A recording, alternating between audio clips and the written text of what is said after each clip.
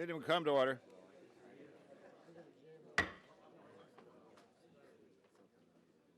Committee will come to order. We just feel like we've just barely left the room, so I thank you for coming back for a second helping today. We will be considering the 2014 Homeland Security Bill, the second step toward getting all 12 of our bills through this committee, which we intend to do in a timely fashion and under regular order. We made some progress yesterday. I look forward to continuing that hard work today. So, without further ado, I'm pleased to recognize Homeland Subcommittee Chairman Carter for his opening remarks. Thank you, Mr. Chairman. We got off to a late start this morning because of some issues with some of our members, so I'm going to try to make my remarks as brief as possible. It's my honor to present to the full committee the fiscal year 2014 Appropriations Bill for the Department of Homeland Security. But before I discuss this bill, let me ask all of you to take a moment to consider the tragic loss of life and property in and around Moore, Oklahoma. This is a horrific disaster, and disasters like this, they are a sober reminder to each of us that the Homeland Security Department is about more than just counterterrorism. It's about taking care of our friends and neighbors. You know that our good friend and colleague Tom Cole, this is his district.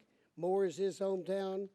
He wishes he could be here with us today, but he's got significant things he has to tend to in Oklahoma, and I think we all understand that, and we all sympathize with him with the loss that he and the members of his constituency have suffered. Our subcommittee's been in touch with Tom and talked to his staff, and we're ready, willing, and able to be at his service. This bill before us today builds on our actions of last year and includes robust funding for FEMA disaster relief, funding that will be most definitely needed to assist those folks in Oklahoma that had such a horrible disaster this week.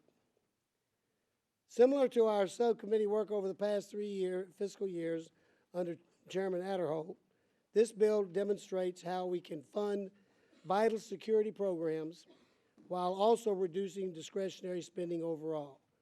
This bill is about our security and our fiscal priorities and getting them right.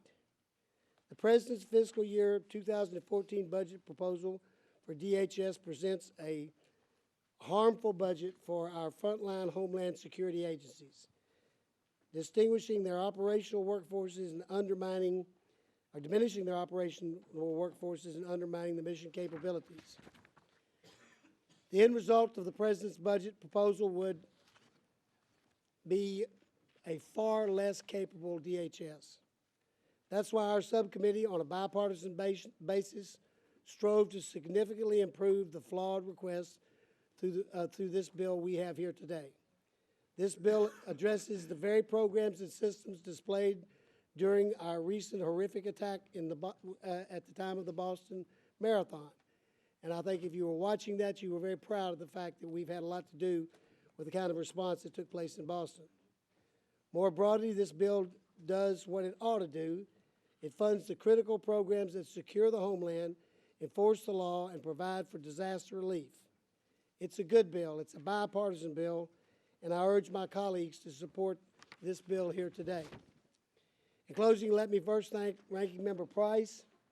I sincerely thank him for his statesmanship and his dedicated professional staff for their input and their notable contributions. In addition, let me thank the thoughtful members of this entire full committee. Your input was critical to our oversight work over the past few months, as well as the production of this bill. Finally, I would like to thank the distinguished chairman and ranking member of the full committee. Chairman Rogers and Ms. Lowy, your input and support for this bill is genuinely appreciated. I sincerely believe this bill reflects our best effort to address our nation's most urgent needs: security, enforcement, and fiscal restraint. I urge my colleagues to support this measure and look forward to working with you as we move this bill through the legislative process. Thank you, Mr. Chairman. I recognize now the former chairman of the subcommittee, the ranking member, Mr. Price. Thank you, Mr. Chairman. I too will have an abbreviated statement, but I certainly want to commend and thank Chairman Carter for the open and collaborative and bipartisan process he's led this spring, culminating with the fiscal year 2014 Department of Homeland Security Appropriations bill before us. Let me begin by offering my heartfelt sympathy and support to our colleague Tom Cole and to the people of Oklahoma. The storm they endured was absolutely devastating. The image of homes, schools, businesses destroyed are traumatic, but the lives lost are what makes this disaster such a monumental tragedy. For me and others as parents and grandparents, the loss of so many children at school is truly heartbreaking. So we must do all we can to help. I commend Chairman Carter for providing the requested amount, $6.22 billion, for the Disaster Relief Fund. This will ensure that the fund remains fully funded at such a critical time and with hurricane season on the horizon.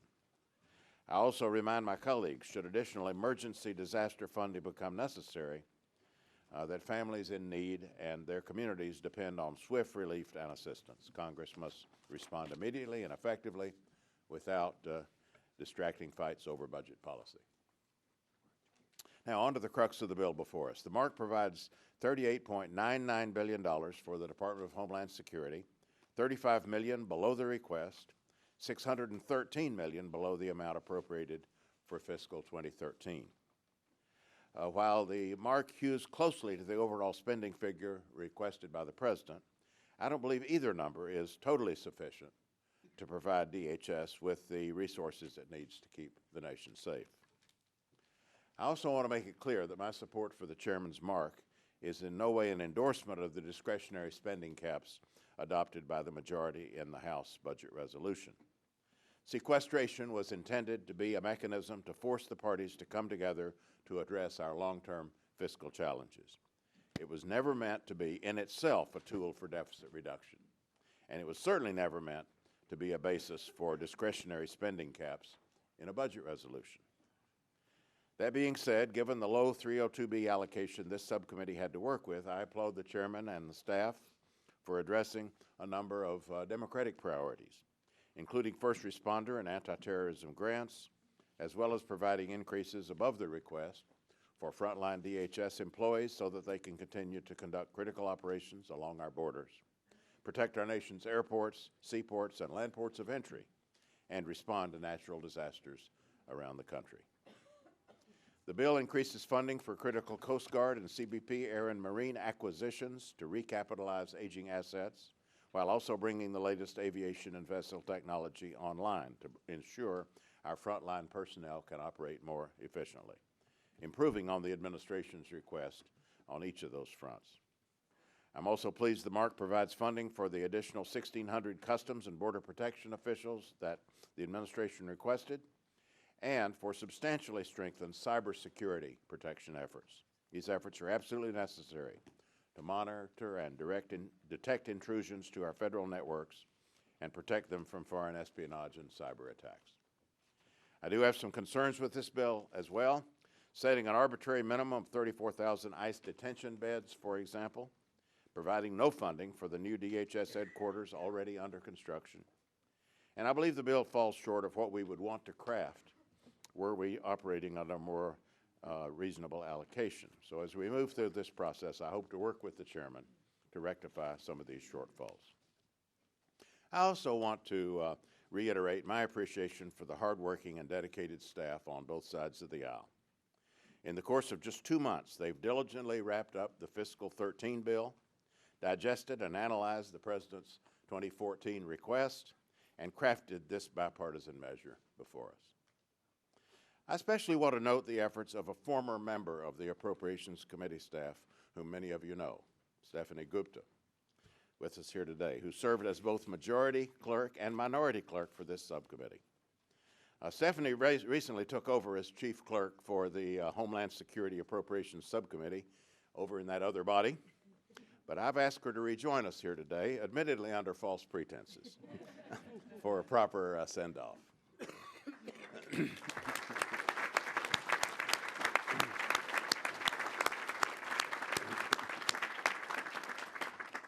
Over the course of her House Appropriations career, Stephanie served with distinction under Chairman Wolf, Chairman Rogers, Chairman Obey, Ranking Member Dix, and Ranking Member Loy.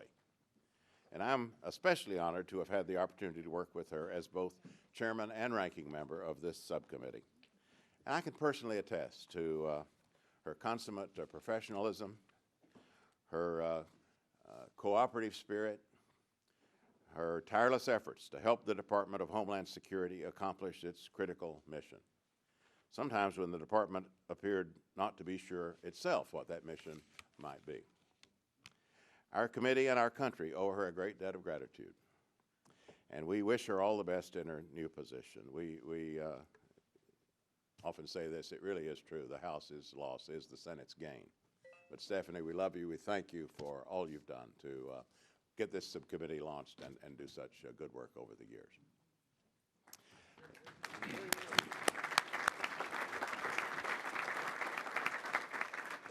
So again, my thanks for Chairman Carter, the staff, the way we've worked together throughout this process, and the efforts that this bill represents to maintain our critical frontline Homeland Security operations. Thank you, Mr. Chairman.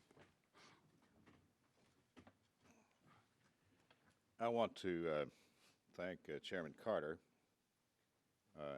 and Ranking Member Price for their efforts in drafting this bill. This is the maiden voyage for the newest Cardinal, Judge Carter, and we think you've sailed out on a pretty good ship. Yes, sir. So good luck to you and to David Price, whom we had the pleasure of working on this subcommittee for any number of years. It's good to see him as well. And I want to join all of you in congratulating Stephanie. David has already told you what she's doing. After having served under all of the chairmen that David mentioned, and she then went to the other body, she still has her sanity. And that's remarkable after all of the trials that we put her through over the years. But she has joined the world's greatest deliberative body over there, and I underline the word deliberative. But Stephanie, it's good to see you back, and we still want to be the benefit of your wisdom and help. The bill represents some pretty tough decisions to prioritize spending that saves American lives. Supporting adequate frontline protection, terrorism prevention and response, ample disaster recovery assistance, and a strong and secure border.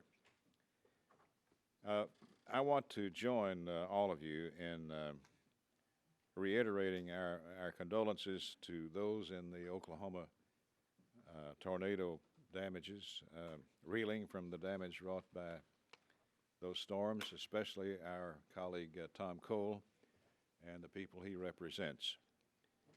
It should be noted that as of yesterday, the FEMA Disaster Relief Fund has on hand $11.6 billion. In addition, as has been said, this bill before us for fiscal 14 contains another $6.2 billion for the fund. We, of course, do not know the cost of the tragedy out there, and it will be some time before we will know what the ultimate cost is.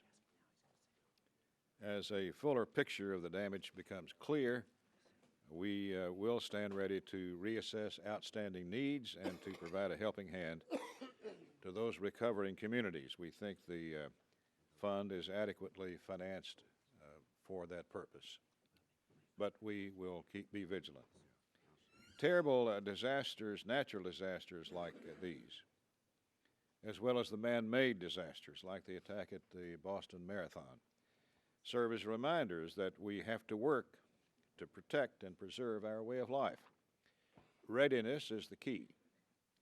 Within this bill, we strengthened frontline security operations, including intelligence and threat targeting activities, to help protect against attacks like the one in Boston. Grants for the brave first responders who put themselves in harm's way to save lives have been increased above the President's request. We are securing our borders with increases for ICE that preserve 34,000 detention beds, the highest capacity in history, and we've increased bombing prevention programs to reduce the threat of explosive attacks down the line. But as I've said before, these are grim budget times. We don't have carte blanche for even our most important security programs. So this bill trims excess spending to help save precious taxpayer dollars wherever possible and makes cautious reforms that will streamline spending and encourage greater efficiency. I think every single one of us in this room agree that it's our duty as members of Congress to do all we can to keep this country great, and that begins with protecting our homeland. So I urge my colleagues to support this bill today. Ms. Loy? Thank you, Mr. Chairman. And first and foremost, I too want the people of Moore, Oklahoma, and our colleague and our good friend, Tom Cole, who suffered such devastation early this week, to know that we will make sure they have every resource available to recover. The Homeland Security Subcommittee, led by Chairman Rogers, Chairman Price, Chairman Aderholt, and now Judge Carter, has a tradition of working together to make sure that victims of natural disasters are able to recover and rebuild. I was proud to serve on the subcommittee. I sincerely appreciate their efforts to work across the aisle to produce a decent bill. The bill before us today is about $35 million below the request, which was inadequate in some areas, and more funds will be needed, including for operational accounts, in order to meet the goals and responsibilities of each department. I thank the chairman and ranking member, including several priorities, providing $1.5 billion for FEMA state and local grants, which were underfunded in the request, prioritizing high-risk areas in our grant programs, continuing the Securing the Cities program to prevent radiological or nuclear attacks, making needed investments in cybersecurity, and including language to help stem sexual assault in the Coast Guard, which has become a significant and outrageous problem in the military. Like the Milcon VA bill, the Homeland Security bill seems to assume that sequestration has disappeared. Despite the reasonable bill before us, given the allocation, a dark cloud looms over this committee. The House majority's unworkable 302A allocation is $92 billion below the president's request, the Senate's level, and the bipartisan agreement contained in the Budget Control Act. Because adequate allocations have been provided for the early bills we are considering, insufficient funds were included in the 302Bs for priorities like education, medical research, transportation infrastructure, and energy development, all of which we need to grow our economy and build a competitive workforce for the future. I do appreciate Judge Carter's efforts, as well as the professional staff in bringing this bill before us today.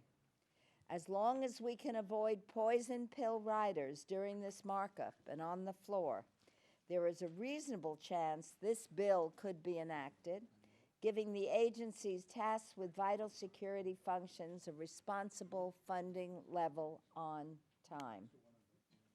Finally, Mr. Chairman, I'd like to take one brief moment to recognize Stephanie Gupta. As you know, Stephanie served this committee for 18 years. We lost her to the other side of the dome, but I thank her for her service on the committee, her bipartisan work, and her commitment to the homeland security of this nation. Thank you again. We appreciate your important work, and I thank the chairman and my good friend David Price, who have worked together to produce this bill. Thank you. Thank the gentlelady. Stephanie's domicile may have changed, but her home is still here. We know that. Any other members wish to make opening remarks? You're recognized. Mr. Chairman, I would like to thank both the chairman and the ranking member of the subcommittee for language on page 68, the Strong Act implementation. It deals with the Coast Guard working towards providing training and prevention for sexual assaults. I was going to have an amendment on this bill, but I believe both the ranking member and chairman are working on this. The Coast Guard, for the members' information, is kind of in two different steps. One is they're in transportation, they're in this bill, but the sexual assault and benefits and the way that the convictions are handled are in armed services and in the subcommittee on defense. And so as we're grappling with this issue, and I know everybody on this committee fully wants to see this come to an end, we have to be mindful of the fact of all the different jurisdictions that this rides into. And so I think it calls for all of us to be vigilant in working on this. So I thank both the chairman and the ranking member. There's much work to be done, but thank you. Is there further discussion? If not, for amendments, Judge Carter? Mr. Chairman, I have the manager's amendment marked Carter number 1 at the desk. Clerk will report. Amendment offered by Mr. Carter. In the report, page 29, before the heading Border Security Inspection. I ask unanimous consent it be reported. Without as read. objection, the reading is dispensed with. Gentleman's recognized. This amendment makes certain corrections to the bill. I think Mr. Price is in agreement with this amendment, and I move its adoption. Mr. Price? I ask members to support this amendment. Gentlelady wish to be heard? Yes, thank you. Just briefly, I want to thank Chairman Carter and Ranking Member Price for including in the manager's amendment important language for child protection, particularly our most vulnerable children. There is language in the manager's amendment that effectively fences off $20 million in funds for child exploitation investigations and forensics within ICE, as well as the Child Exploitation Investigation Unit of the Department of Homeland Security. Just to give you an idea of the impact that this language will have, Mr. Chairman, as recently as 2009, ICE was responsible for 52% of cases prosecuted for receipt or distribution of child pornography, and 90% of cases prosecuted for child sex tourism. In addition to hundreds of arrests every year and thousands of children rescued to date, their efforts are second to none, and I know that they will put these resources to good use. And I also want to thank the chairman for including report language, which encourages the department to use some of these resources to hire wounded warriors to fill law enforcement support positions at CEIU and other partner entities. Is there further discussion? Mr. Honda?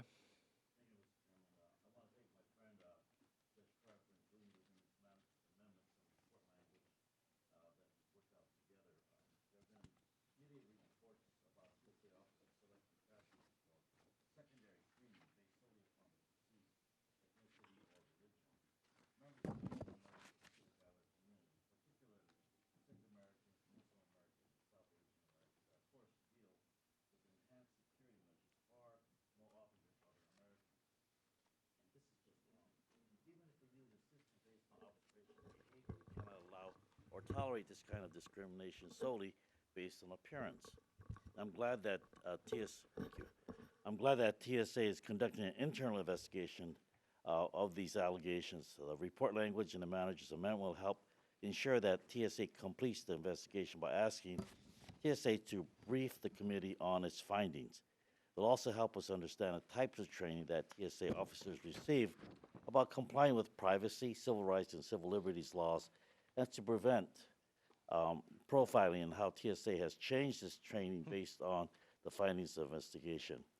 And also, there are many folks who may not appear to have these characteristics, but may have skin that's browner or other attributes, who consistently travel overseas, are great employers and contribute to society, but consistently stopped at the portals and constantly are interrogated for 2 or 3 hours at a time. So I thank the chairman again for working with me on this, and I look forward to working together with him and with Ranking Member Price to ensure that TSA does not discriminate against some Americans as it works to keep us safe. So, Question yeah. is on the manager's amendment. All in favor say aye. All opposed say no. The ayes have it. The amendment is agreed to. Mr. Judge Carter, Mr. Chairman, I have an amendment to the desk. It's Mark Carter 2. clerk will report. Amendment offered by Mr. I ask Carter. unanimous consent that the amendment. appropriate Without place. objection, the Read. reading is dispensed with. Gentleman is recognized. Mr. Chairman, I join with Mr. Adderholt and Mr. Nunley to offer this amendment. This amendment is a funding limitation that virtually identical to the language that's been carried in the Commerce, Justice, Science, CJS bill for 23 years and is consistent with the Hyde Amendment. This amendment is also virtually identical to what the President requested for CJS bill in his FY14 budget request. And this amendment includes an important modification added by Mr. Moran last year in the full committee markup for FY13 DHS appropriations bill.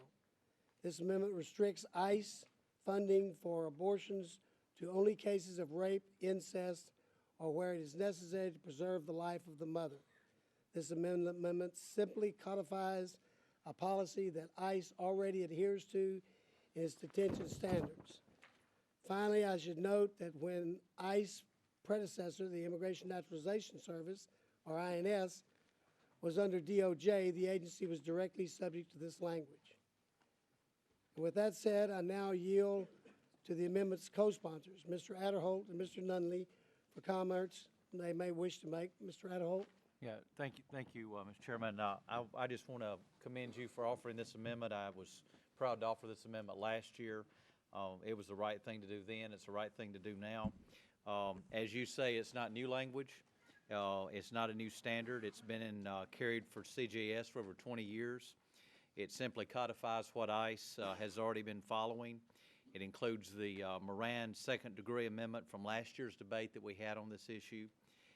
And it is confined to ICE and mirrors the structure and substance that's been carried, as we mentioned, in CJS for, I think, 23 years. So I would encourage the committee to support it, and thank you for your leadership in bringing this up today. Thank you, Mr. Adderholt. I'd also now like to yield to Mr. Nunley for any comments he'd like to make. No? All right. Thank you, Mr. Chairman. I respectfully request the adoption of this amendment. Mr. Price. Mr. Chairman, I rise in strong opposition to this amendment. It's an unnecessary amendment. 40 years ago, the Supreme Court ruled that the U.S. Constitution protects a woman's right to choose. That decision has been the law of the land, but it's been under constant attack since the day it was rendered. These attacks have never been more strident than they are today, with attacks on women's reproductive freedom now extending even to contraception.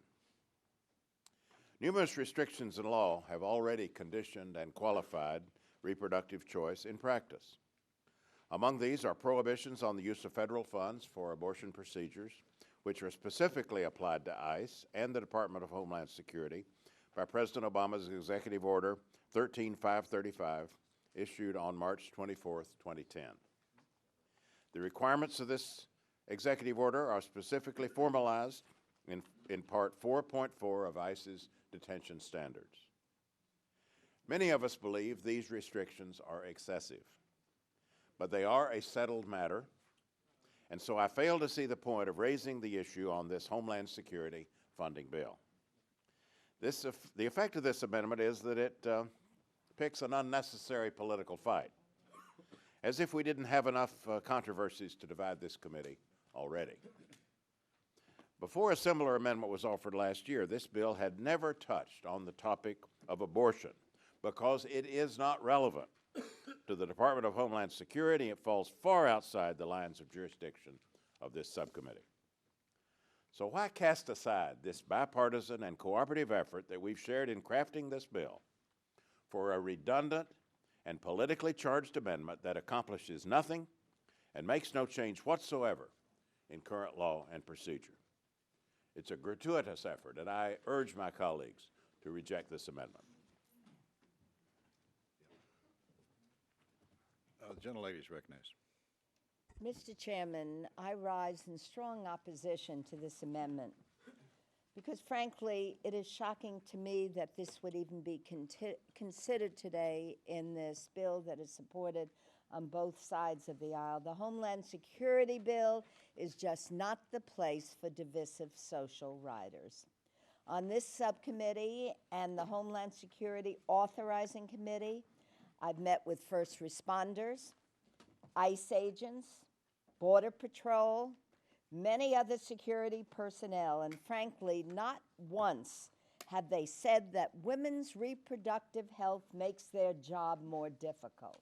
Not once. Our focus should be to equip them with the tools to keep us safe. Weighing down this bill with ideological riders is a disservice to all first responders and our constituents who expect us to provide for the needs of our first responders and safety of our communities, prevent terrorism, and secure our borders. I ask that my colleagues oppose this amendment. Mr. Quigley.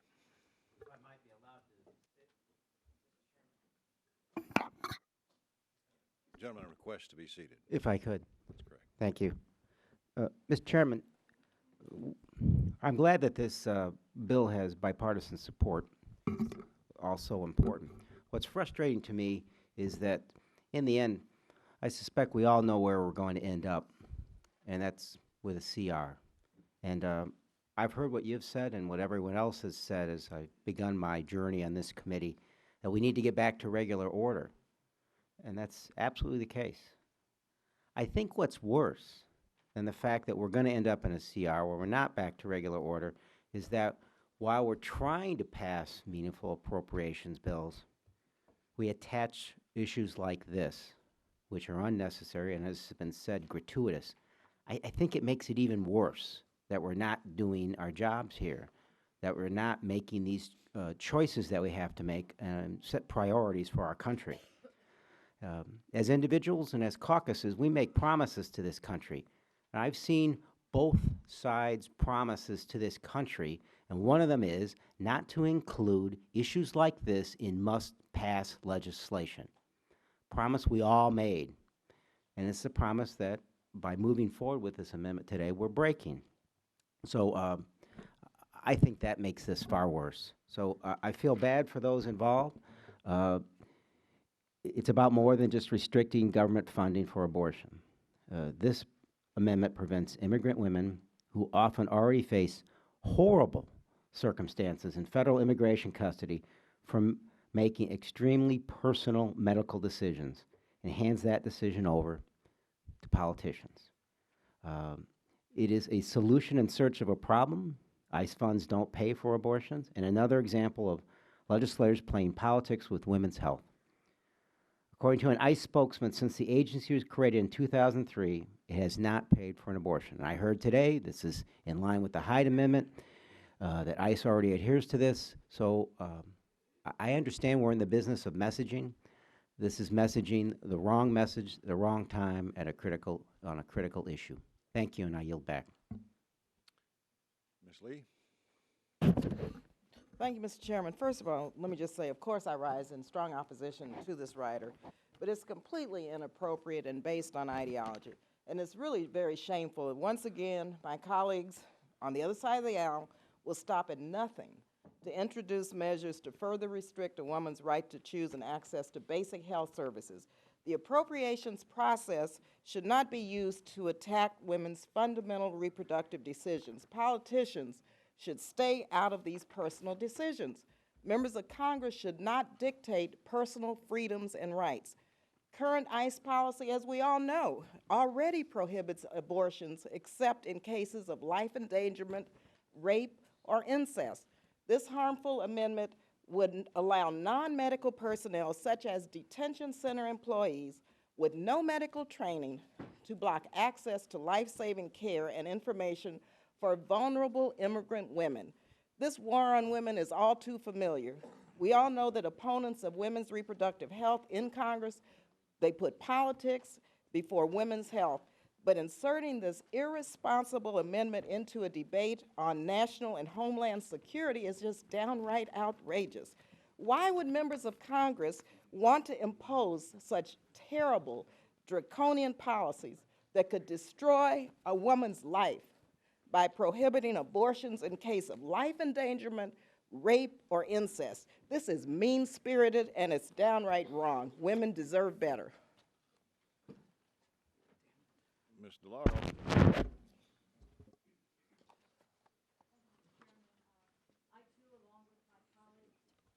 Rise in opposition to the amendment.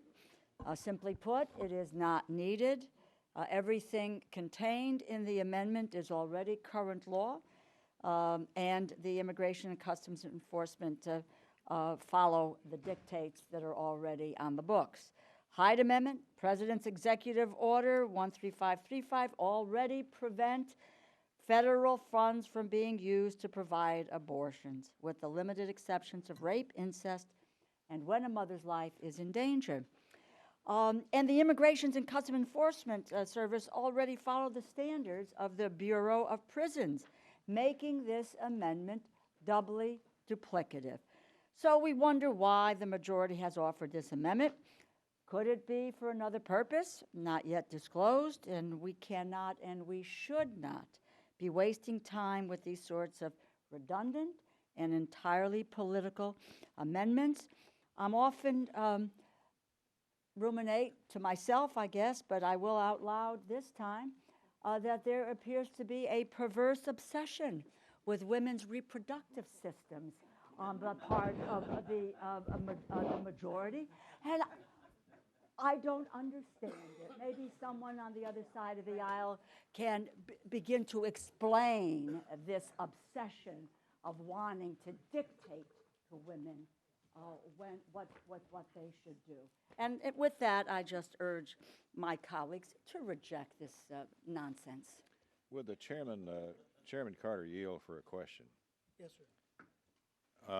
Am I to understand that these limitations are identical to what's been carried in the CJS bill for almost 20 years? Over 20 years. And that this language was included in the President's request for the CJS bill? Yes, sir, as stated. Thank you very much. Any further discussion? Mr. Chairman, I have I got a question for Mr. Carter, too. I just want to clarify. Please stand. Wanted to clarify that this would only be that federal funds would not be used to carry out the, is that? That's correct. Okay. The question is on the amendment of Mr. Carter. All those in favor say aye. Aye. All opposed say no. No. The ayes seem to have it. The ayes have it. The amendment is agreed to. Is there a roll call requested? Request a roll call. Sufficient number having raised their hands, a roll call is ordered. Clerk will call the roll. Mr. Adderholt. Aye. Mr. Adderholt, aye. Mr. Alexander. Aye. Mr. Alexander, aye. Mr. Bishop. No. Mr. Bishop, no. Mr. Bonner. Aye. Mr. Bonner, aye. Mr. Calvert. Aye. Mr. Calvert, aye. Mr. Carter. Aye. Mr. Carter, aye. Mr. Cole. Mr. Crenshaw. Aye. Mr. Crenshaw, aye. Mr. Cuellar. Mr. Cuellar, no. Mr. Culberson. Mr. Culberson, aye. Ms. DeLauro. No. Ms. DeLauro, no. Mr. Dent. Aye. Mr. Dent, aye. Mr. Diaz-Balart. Mr. Farr. No. Mr. Farr, no. Mr. Fattah. No. Mr. Fattah, no. Mr. Fleischman. Aye. Mr. Fleischman, aye. Mr. Fortenberry. Aye. Mr. Fortenberry, aye. Mr. Frelinghuysen. Aye. Mr. Frelinghuysen, aye. Ms. Granger. Ms. Granger, aye. Mr. Graves. Aye. Mr. Graves, aye. Dr. Harris. Aye. Dr. Harris, aye. Ms. Herrera Butler. Mr. Honda. Mr. Honda, no. Mr. Joyce. Mr. Joyce, aye. Ms. Capter. Ms. Capter, no. Mr. Kingston?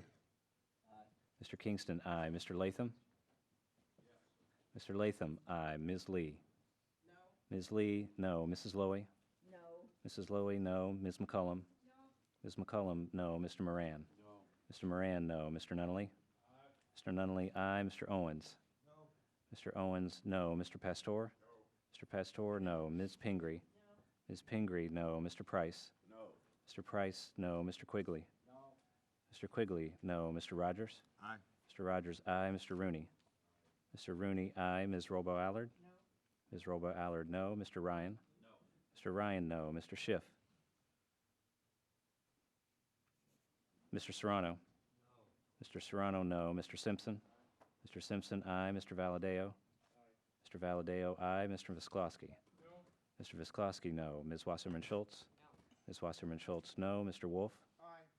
Mr. Wolf, aye. Mr. Womack? Aye. Mr. Womack, aye. Mr. Yoder? Aye. Mr. Yoder, aye. Mr. Young?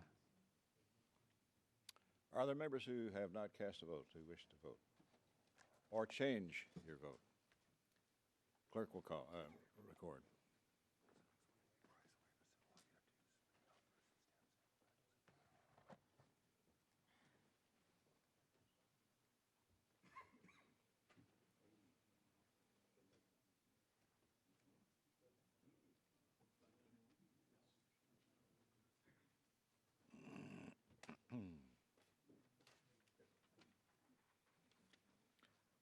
I failed to do something at the opening session yesterday that I should have done.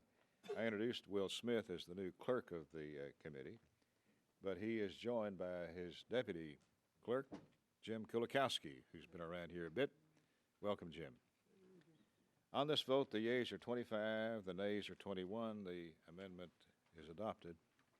Mr. Price. Chairman, I have an amendment to that. Clerk will read. Dispense with the reading is granted.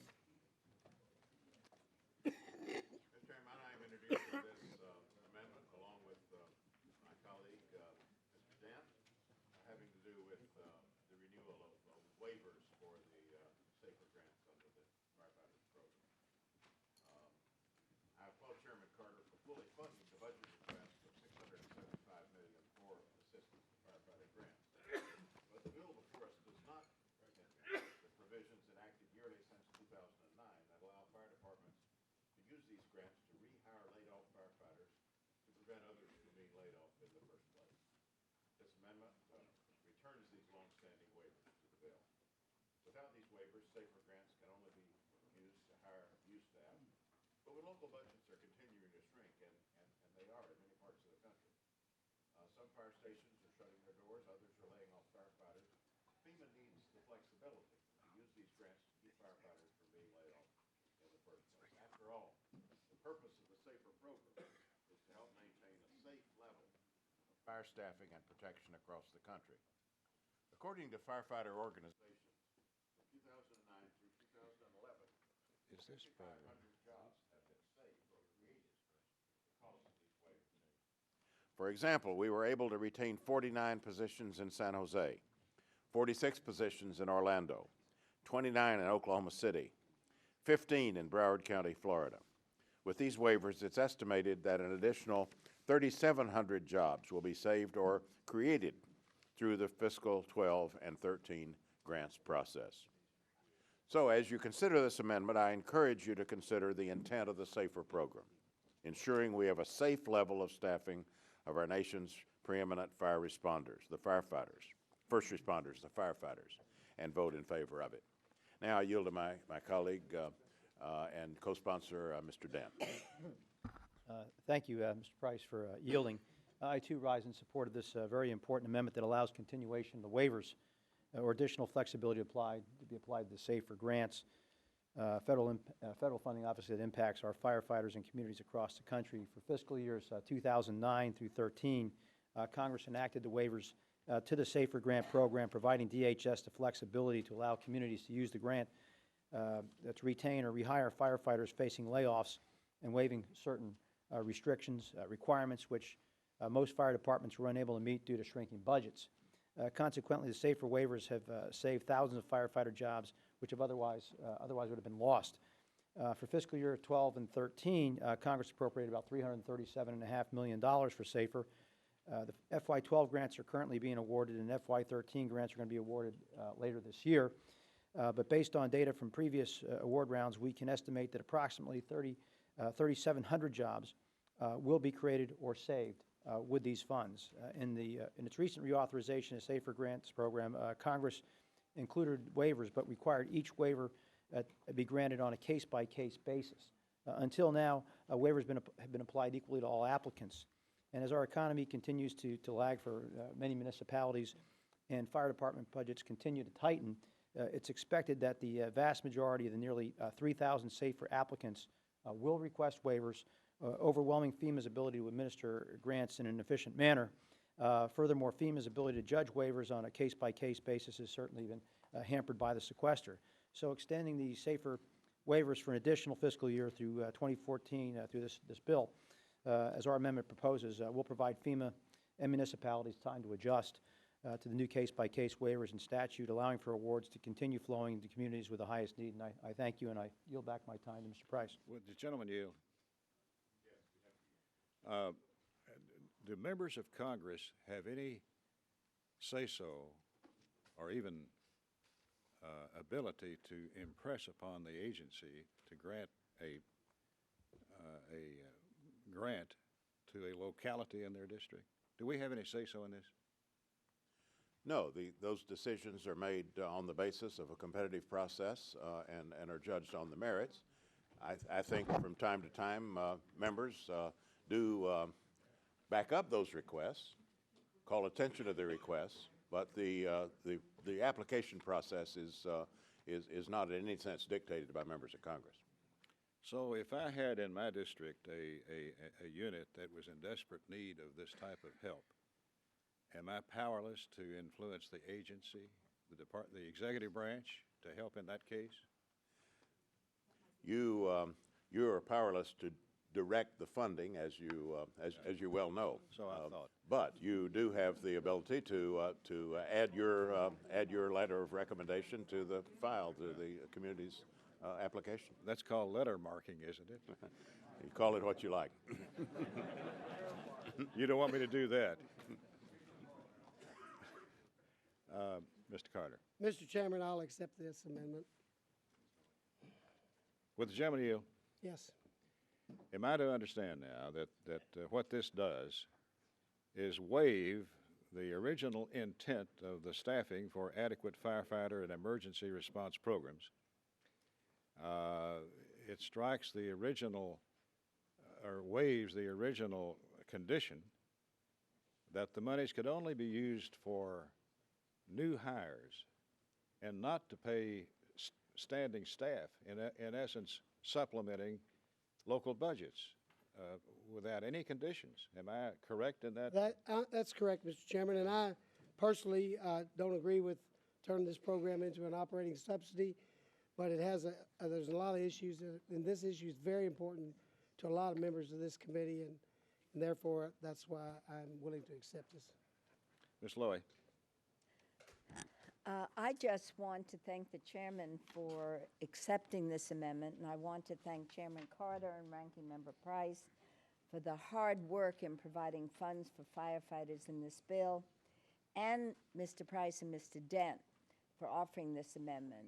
We have seen local governments across the country that have had to make very, very tough decisions, and firefighters have been laid off, leaving our neighborhoods at risk. This amendment will simply extend the SAFER waivers that allow communities to retain or rehire laid-off firefighters.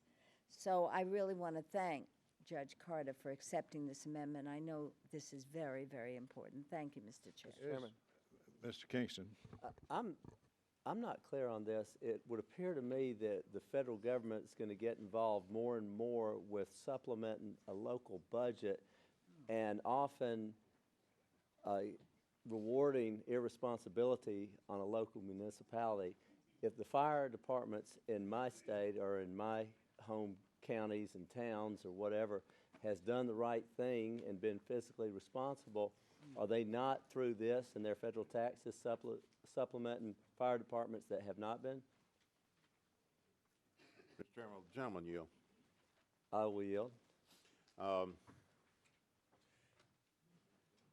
The communities across this country will indeed vary in their economic circumstances and the extent to which they've been able to retain a full complement of firefighters. I understand that. That's not the question, though. The question is if a fire department has been fiscally responsible, made the tough decisions, are there federal tax dollars not going to other fire departments who have not done such?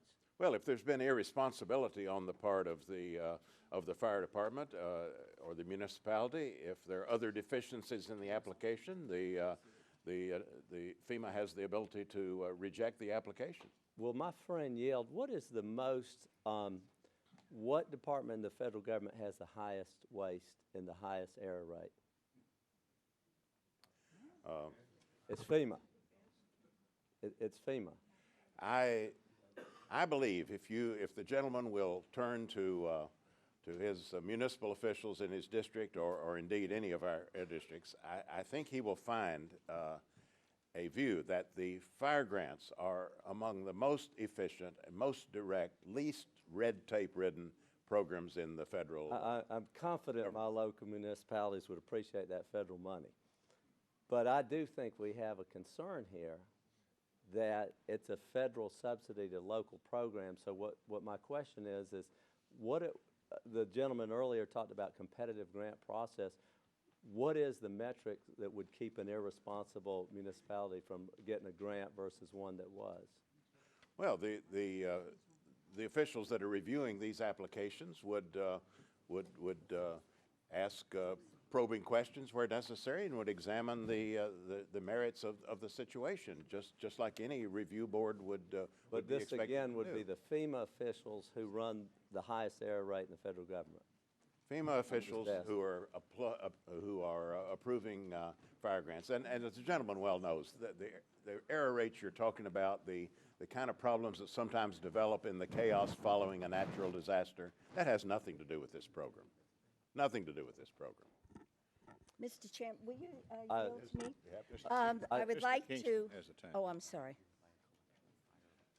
I'll yield back, but if the distinguished ranking member needs some time from me, I'd be glad to. Thank you. I think you're bringing up a very important point. But I have to tell you, having lived through 9/11, I remember those firefighters running into burning buildings. And I maintain a special appreciation to them for all they do.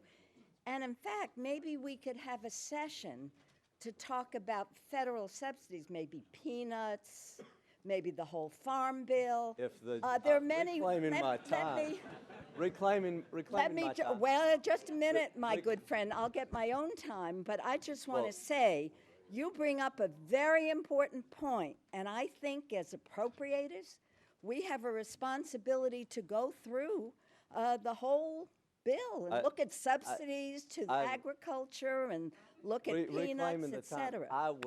I would appreciate reviewing that on all areas. I think one of the sad things with the federal government, we tend to measure things with an elastic ruler, depending on what our politics are. And so I think it's a good thing to do.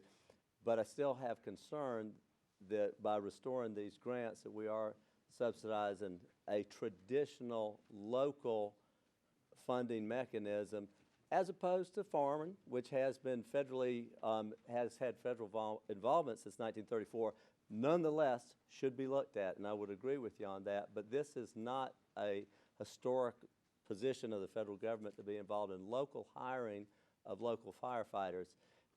Not to say at all that firefighters or any other first responders aren't extremely, held in high esteem by all of us. It's just that, what is the federal role here? And I think the federal role is to let the local municipalities subsidize and pay for their own. Time of the gentleman has expired. Mr. Womack. Thank you, Mr. Chairman. There are several members in this room that are former mayors. And I think it's safe to say that if you are a former mayor, part of your job at the local level was to pursue all the grants that might be possible that would help offset the cost of doing business in the municipality. But I will say this, police and fire protection is arguably, next to our fiduciary responsibilities for those that have strong mayors or city manager forms of government, is arguably one of our most important duties. And that's where the focus of local revenue should be. So I associate myself with the remarks made by Mr. Kingston. And I think all we are doing is we are providing a base of revenue to the local jurisdictions that only serves to allow them to take money that would be authorized for police and fire protection, to just simply allow them to use that money for other things, which makes this federal money essentially useful for things other than police and fire protection, if you get my drift. And so, again, I associate myself with Mr. Kingston's remarks, and I'm prepared to vote against this particular. Was Jim yield? Yes, I would. Is the gentleman a former mayor? Yes, I am. And what community were you mayor? Well, it would just happen to be Rogers. Enough said. Enough said.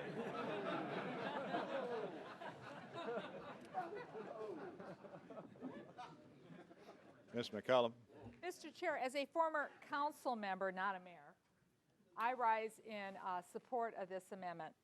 I do not know if St. Paul, Minneapolis, or any of my major cities will be receiving any grants, but I do know that with the downturn in the economy, and I'll speak of to our capital city, St. Paul, which has the Capitol as part of it, as well as many, many corporate headquarters, including 3M with a huge laboratory facility, and a small airport, has a big responsibility for not only providing safety in St. Paul, but it's also the primary go-to backup when I was on the city of North St. Paul for joint powers agreements. Now they have the hazmat unit. And as local government aid has been cut and other items in the city of St. Paul have been cut through state, through federal, and that the number of firefighters that still need training on all this equipment, they all have to be certified on it, that doesn't go away. But what could go away is to have the person power to work the equipment, or even have the equipment refreshed and updated and available to all those surrounding communities. I do agree in part with what the Honorable Mayor, Mr. Womack, and Mr. Kingston said, that we need to be mindful that we're not funding full-time equivalents. And I say that as a city council member and as a former state representative. That's the first thing I ask people when they come into my office and ask for help on something. But I also have a responsibility to dig down deeper when things have gone beyond their control. And it really does mean life, health, and safety. I have to speak again to the fact I have no idea if there's any grants pending or looming or anything for my municipality. But I would say this for any municipality in the United States, especially those who are under a lot of stress about just kind of coming out of this economic problem. We have worked hard to keep our firefighters on, but I do know that some of these other intensive programs that Congress has directed, and Congress has funded, is at risk if we don't make sure that these grants are available. With that, I yield back. Mr. is recognized. To add my voice to this and thank Mr. Dent and Mr. Price. A lot of these communities that we represent, especially in the last few years, you can have one factory closed down in your community, and all of a sudden the general fund in a small community does not have the revenue. And what does that lead to? That means that the staffing levels for the police and fire in many of these communities goes down. I have some communities that went down 15, almost 20 firefighters. And who gets punished for that? It's the citizens in the neighborhoods who may have a fire, and there's a firehouse all the way on the other side of town, and fire trucks on the other side of town that don't get to the firehouse in time. And I recognize that there may be some issues, and we've got budget issues and whatnot, but I can say that over the last couple of years during the downturn, these funds have come in very handily for local communities and made local communities a lot safer than they otherwise would be. So you have a community that a factory shuts down, tax revenues go down, staffing goes down, this money comes in, and yes, maybe it does free up a little bit of money for economic development. Maybe it does free up a little money to create an industrial park. So be it. You're helping that community become self-sufficient again so that they can grow their economy. These grants aren't forever. These grants time out after a few years. So why wouldn't we want to provide some safety to these local communities, give them an opportunity to get back on their feet, maybe use a little bit of money to put a water line and sewer line in to create an industrial park? Is there anything really wrong with that? I think we have a responsibility to help that community get back on its feet and grow so it does become less dependent in the long run, and these short-term funds come in very helpful. So I want to be happy to yield. I just wanted to say something in defense of our amendment here. Not all municipalities are the same, quite obviously. The gentleman from Ohio represents communities like Akron and Youngstown. I have places like Allentown and Bethlehem. Some of these communities are really struggling for a whole host of reasons. And there are a lot of federal money, there's a lot of federal money going to communities, frankly, that don't need them. And, you know, I'm on the THUD subcommittee. I see a lot of CDBG grants going to some very wealthy communities. I think towns like Youngstown and Akron deserve them, and I say my Arizona colleagues, I don't think that Scottsdale really needs them.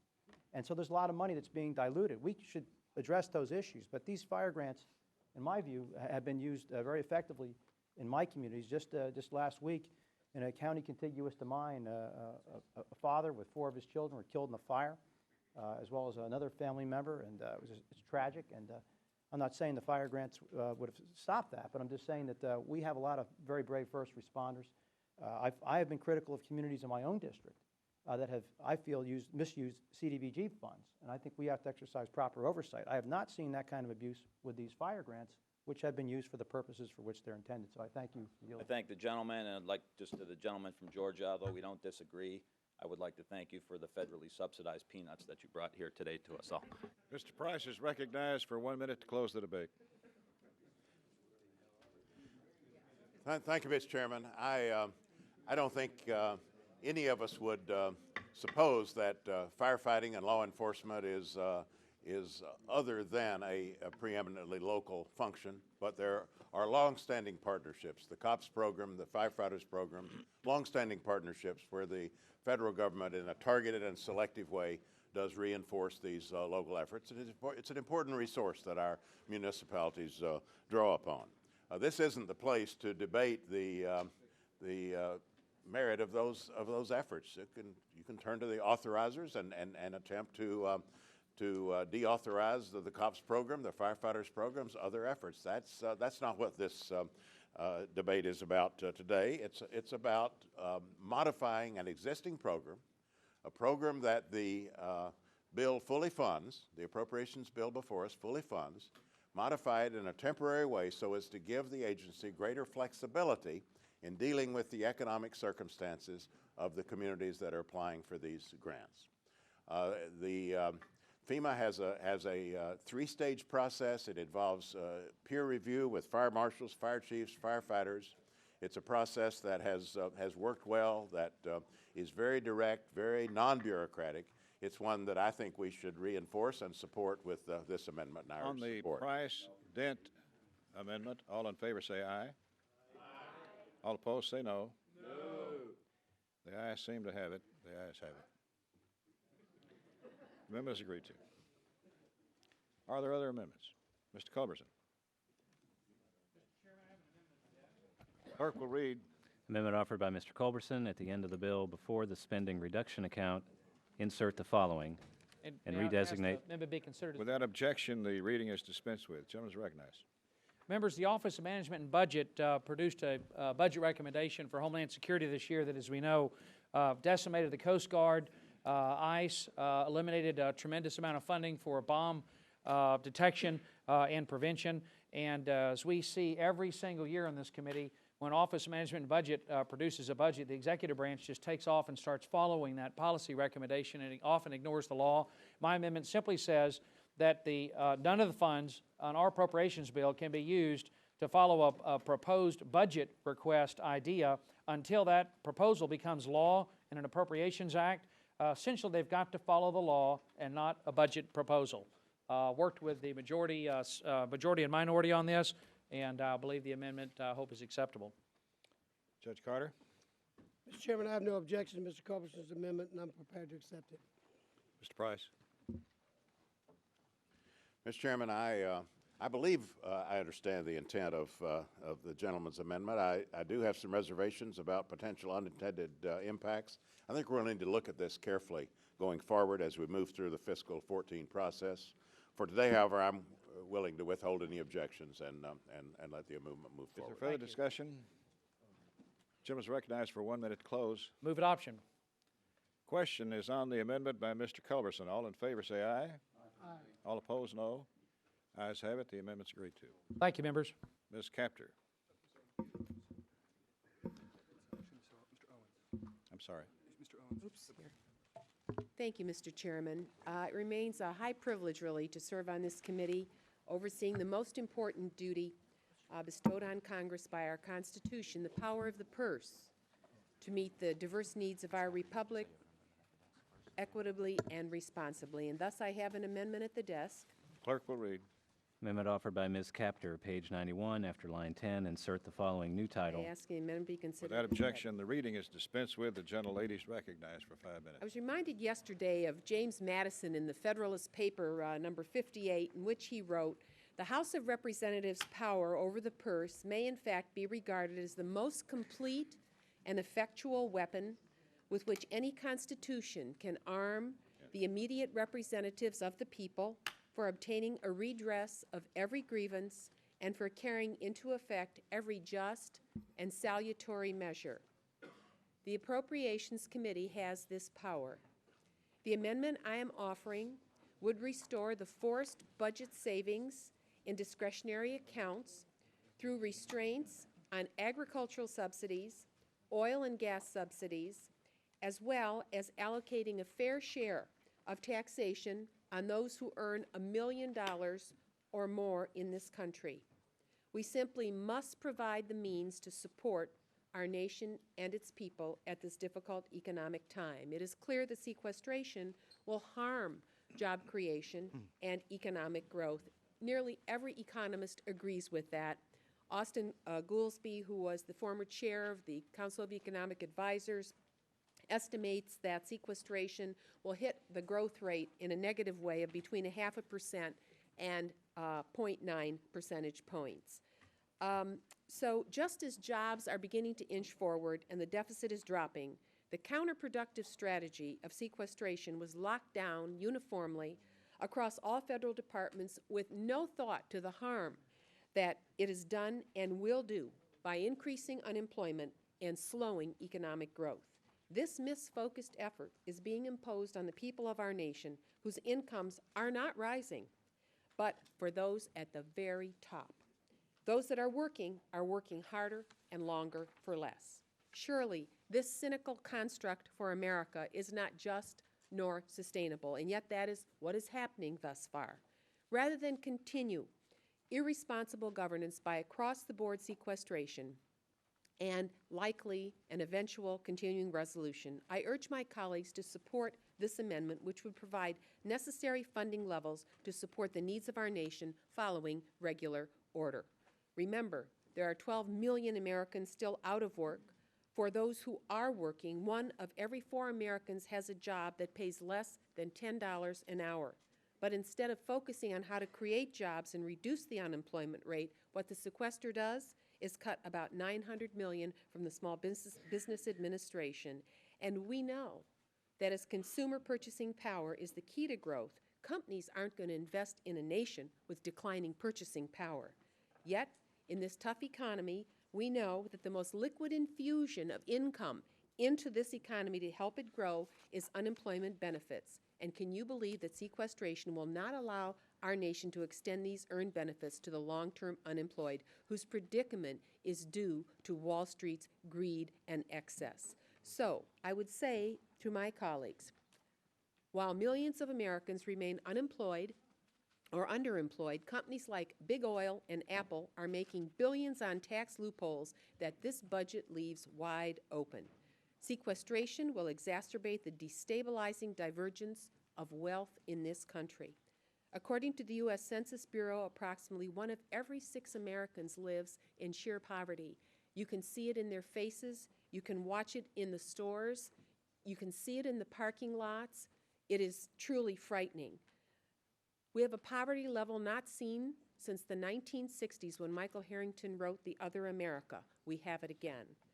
Families who lost their homes due to Wall Street greed are bearing the brunt of some of the most painful sequestration cuts. And yet, what are we doing? According to the Center for Budget and Policy Priorities, sequestration will reduce assistance in housing by nearly $2 billion. This amendment will repeal unnecessary subsidies to big oil, to allow 373,000 seriously mentally ill adults and children to receive the mental health services they deserve. This amendment will allow 600,000 of the lowest income families to get the food they need to feed their families. It will allow 4 million seniors to get meals, 4 million more meals, by taking funds from some of those who are the most advantaged in this country. It would allow 30,000 children to receive child care so their parents can work. And let me just say that the desperation in some places is so great. If I look at Ohio, 1 of 10 children born today in my state are born with either fetal alcohol syndrome or drugs in their system. The desperation is real and it is growing. I ask my colleagues to please consider this amendment. We have the power. It isn't just the Appropriations Committee. There are 435 of us. Some of us serve on this committee, some serve on Ways and Means, some serve on Budget. We have the power to make life in America better. I ask my colleagues for their support on this amendment. Chair recognizes himself. As I said yesterday, sequestration is dumb. It's indiscriminate. It's wrong. If I could wish away sequestration, I think we all would do that. If this committee had the power to do away with sequestration, I think we would do it. We're not the Ways and Means Committee. We can't raise taxes. We're not in the loop on the negotiations, hopefully between the two bodies, the House and Senate and the White House, to come to some agreement on replacing sequester and giving us reasonable numbers for fiscal 14. That's not within our power. I wish it were. If it were, it would be done before the day's out. But we don't have that authority and power. And so I have to oppose the gentlelady's amendment. I understand where she's coming from and appreciate where she's coming from. And I wish we had the authority to solve the problem. We're hemmed in by the rules of the House, by the Budget Control Act, which sets the number, and by sequestration, which we have no power to repeal on our own. And so until the higher authorities come together and reach some kind of an agreement on the numbers that we need to have, I'll have to oppose the gentlelady's amendment. Judge Carter. Mr. Chairman, all due respect to Ms. Capter, who I highly respect, I also have to oppose it. Is there further discussion? Ms. Loy. Mr. Chairman, I rise in support of Ms. Capter's amendment, and I appreciate your wisdom and your words about sequester, and I would hope that all those on this committee who have been proud to serve as part of the appropriations process would express their views to those you alluded to who do have the power to make this decision. Because as you and I know, we would like to have regular order, we would like to go to the floor, but I'm sure that many of the people in this room can express their views to those who do have the power to change. So let me just say, I think this amendment is very important, and as appropriators, we've been proud to serve on this committee, but the power of the appropriators has been clearly challenged by some with whom some of us in this room may have contact, And I do hope that we can change that process as soon as possible, because I've documented extensively, and I want to thank Ms. Captor for your thoughtful presentation. We understand the detrimental toll of sequestration. No matter which side of the aisle we're on here today, we see the damage to national security, public safety, disaster relief, schools, health, our capacity to remain a leader in scientific and biomedical research. So let's discuss what sequestration means for crucial priorities in this bill. A 25% reduction in training, maintenance, and drug interdiction patrols by the Coast Guard. 25%. A cut of nearly $1 billion to FEMA's Disaster Relief Fund. And we see what is happening in Oklahoma, and we all understand the challenge of all the people who are suffering there. It's harder for those devastated by natural disasters such as the tragic tornadoes in Oklahoma or hurricanes, wildfires, to recover and rebuild. Potential furloughs and a cut of up to 2,750 Border Patrol officers. These cuts would result in delays as long as 3 hours at the nation's most traveled airports. 3 hours, and shockingly, would truly hurt the men and women who are protecting our borders and port of entry today. Constraints mandated in the sequester provide little, if any, ability for agencies to find and eliminate waste or prioritize and protect priority programs. Sequestration is particularly harsh for this committee when discretionary spending has already been cut by $1.5 trillion and is falling to its lowest level in 45 years. The sequester prevents us from making investment in the areas that will protect our national security or grow our economy. We've tightened our belts. We certainly have, and then some. Why would we, on this powerful Appropriations Committee, want to continue to sacrifice services when we could replace them with common sense tax reforms and eliminated outdated subsidies? I urge my colleagues to support this amendment, and I thank Ms. Captor for introducing it. Is there further discussion? Mr. Chairman. Mr. Price. Mr. Chairman, I, too, rise in support of this amendment, and I thank my colleague, Ms. Captor, for offering it.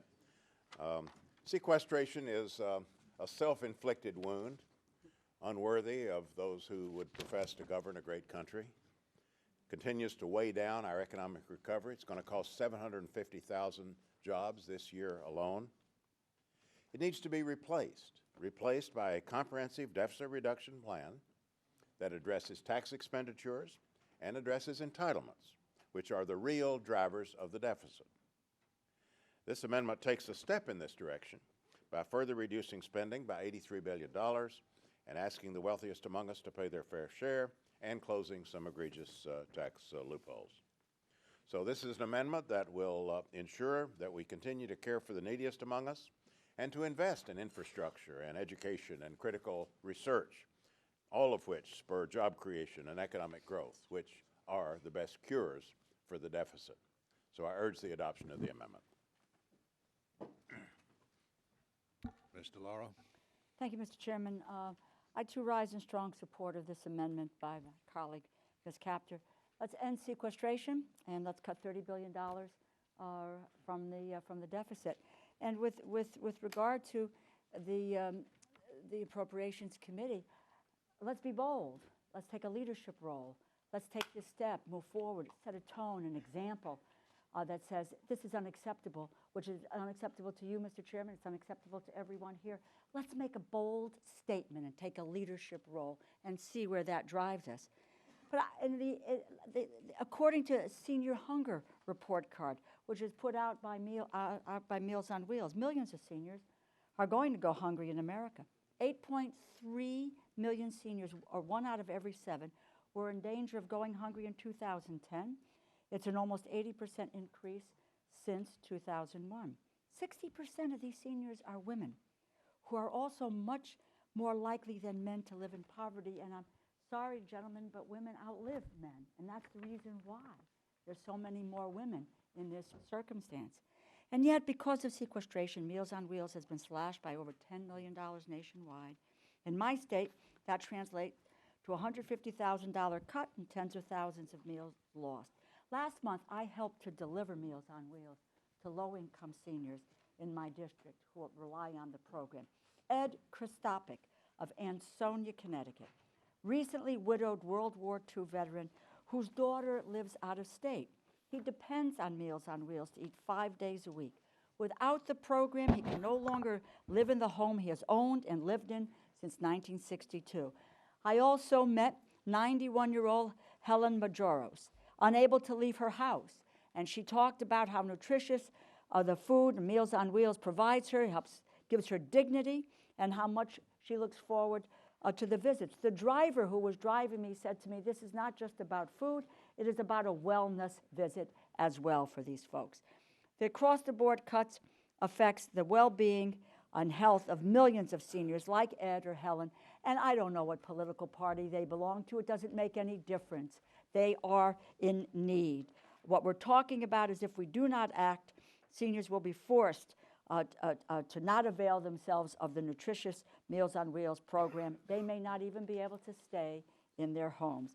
You know, part of good government is honoring our intergenerational responsibilities, which is to our seniors who raised us, who fought in World War II, Korea, Vietnam, and they bequeathed to us in America that we have today.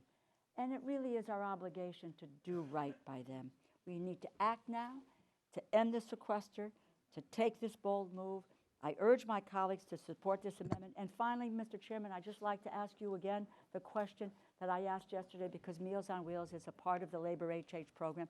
When are we going to deliberate Labor HHS? In 2009, when there was the notion that we were going to do all 12 of the appropriations bill, we had a calendar that marked out every single appropriations subcommittee bill that we were going to take up. Can we get to see the calendar and know when, besides these 2 or 3 bills we're debating now, are going to come up? And my particular interest, as you know, is Labor HHS, so I hope you can answer that question for all of us. Mr. Serrano. Thank you, Mr. Chairman. I rise in strong support of the gentlewoman's amendment.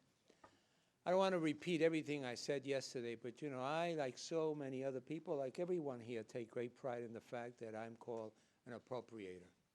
I took great pride in being called a cardinal. I guess now I'm an archbishop of some sort, and I take great pride in that. And I mean that sincerely, and I've used on many occasions on the back of business cards, member of the powerful Appropriations Committee. So please, Mr. Chairman, understand that this is in no way by me or anyone else directed at you. It is directed at the power we're giving up. It is directed at the ability to legislate that we're giving up. Our role at this point is that we have to understand that it has reached a crisis stage. And when it reaches a crisis stage, then it is not for us to be concerned immediately about who is raising the taxes, but rather who is making the allocation to invest in the future in our country. It's not only the senior citizens. It's not only the children, although they are the most important. It's not just the people that we know about. But, you know, somewhere in a university right now, there's a man or a woman or both in white coats trying perhaps to find the cure to AIDS or the cure to cancer. They're being cut across the board with no thought in mind.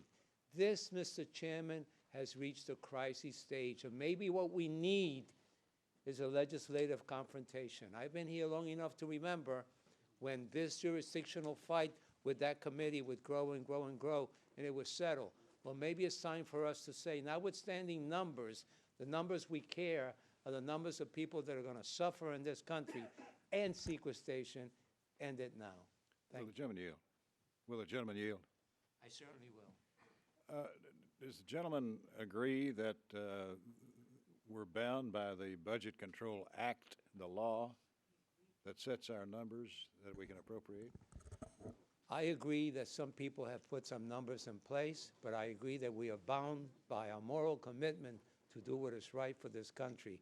And that, in my opinion, Mr. Chairman, supersedes everything else. When it reaches a crisis stage, people have to step up and do what is right, regardless of the consequences in the newspaper articles tomorrow. But you do acknowledge that the law exists, signed by the president, that limits the amount of money we can appropriate, the Budget Control Act. But everything that is in place now, Mr. Chairman, can be amended right here. Everything that is in place now can be dealt with right here. This is what we've done in the past. My God, we've even legislated on appropriations bills in the past. I know nobody would understand that, right? So, I mean, I would never be part of that or admit to it. But let's face it. Look, it's not only this. It's everything we've given up in the past as a committee. Someone in 2008 told the world that the word earmark was dirty. We all fell apart, and therefore, people who are hurting in our communities, all our communities, can't even get a federal dollar. Why? Because we're not allowed to do that. I'm not making that suggestion today. I can make that suggestion tomorrow that we bring back earmarks. But what I'm saying is, notwithstanding what is on paper now, our moral commitment is to challenge it and challenge it in a way that creates a legislative confrontation. Mr. Chairman, you have the power to do it. We have the power to do it. And as we say in the projects, we have your back. Will the gentleman further yield?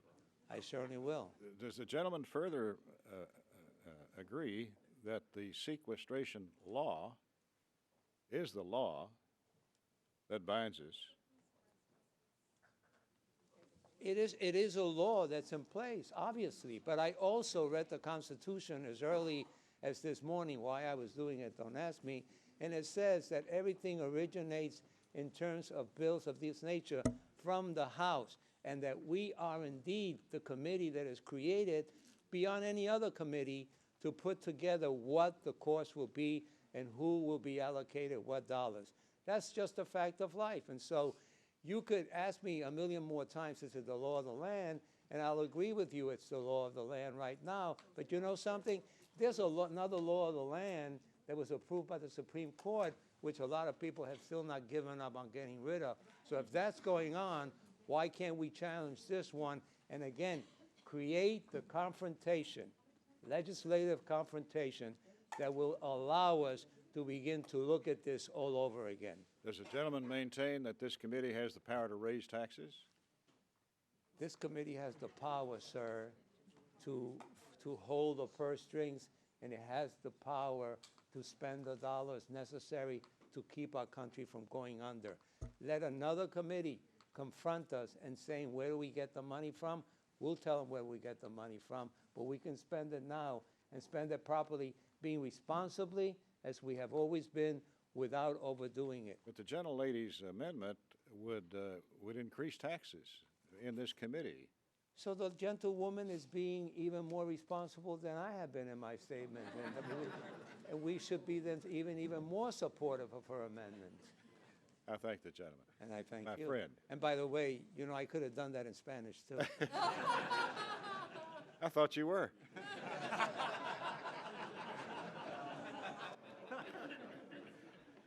Ms. Lee. Ms. Lee. Thank you, Mr. Chairman. I rise in strong support of the gentlelady's amendment, and just want to say a couple of things. First of all, she painted a very grim picture of what the reality is out there. People are living on the edge.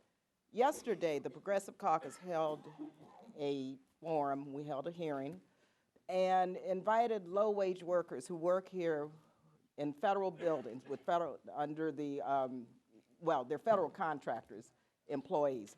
And they're making somewhere between $7 to $9 an hour. These individuals are working.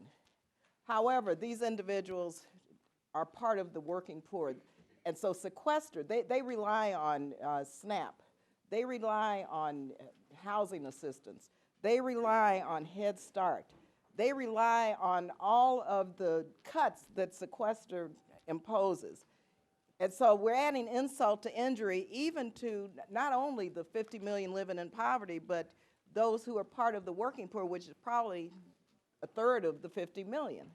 And so this is not, Mr. Chairman, just about power to fix it. I mean, we know we have a health care law, we have other laws that some think are unjust or wrong. I think what you said earlier in terms of your belief that this is not a good policy, many agree with that. And so why can't this committee really send a signal that we really believe that? You know, and as many of my colleagues have said, we understand what the law is and we understand what our jurisdiction is, but at some point, members of this committee have to stand for American values and for who we are as a people. And if we agree that the sequester is going to create more havoc in the lives of the most vulnerable, then why can't we just say that?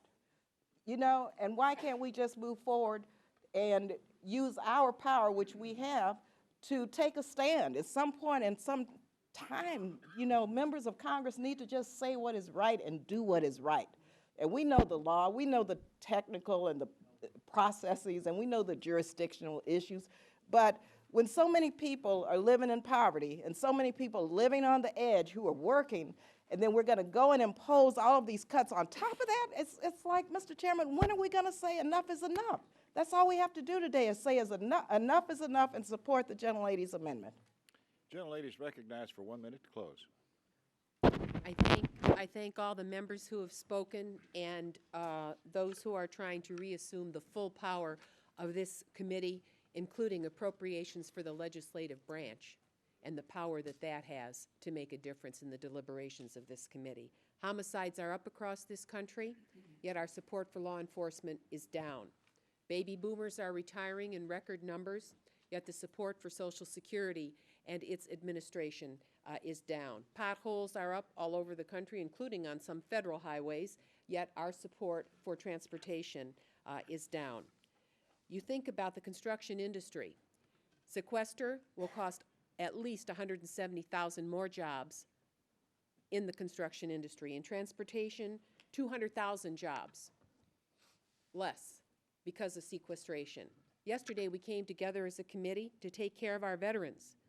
But you know what veterans care most about? Their kids and grandkids and their hopes in the future of this country. Mr. Chairman, if a society cannot help the majority who struggle for a living, it cannot save the few who are rich. I would ask my colleagues to support this amendment. It's time to guide this Congress back to regular order. This amendment would provide the path to that end, and I urge my colleagues' support. On the captor amendment, all in favor say aye. Aye. All opposed say no. No. The noes seem to have it, the noes have it, and the amendment is not agreed to. Are there, yes?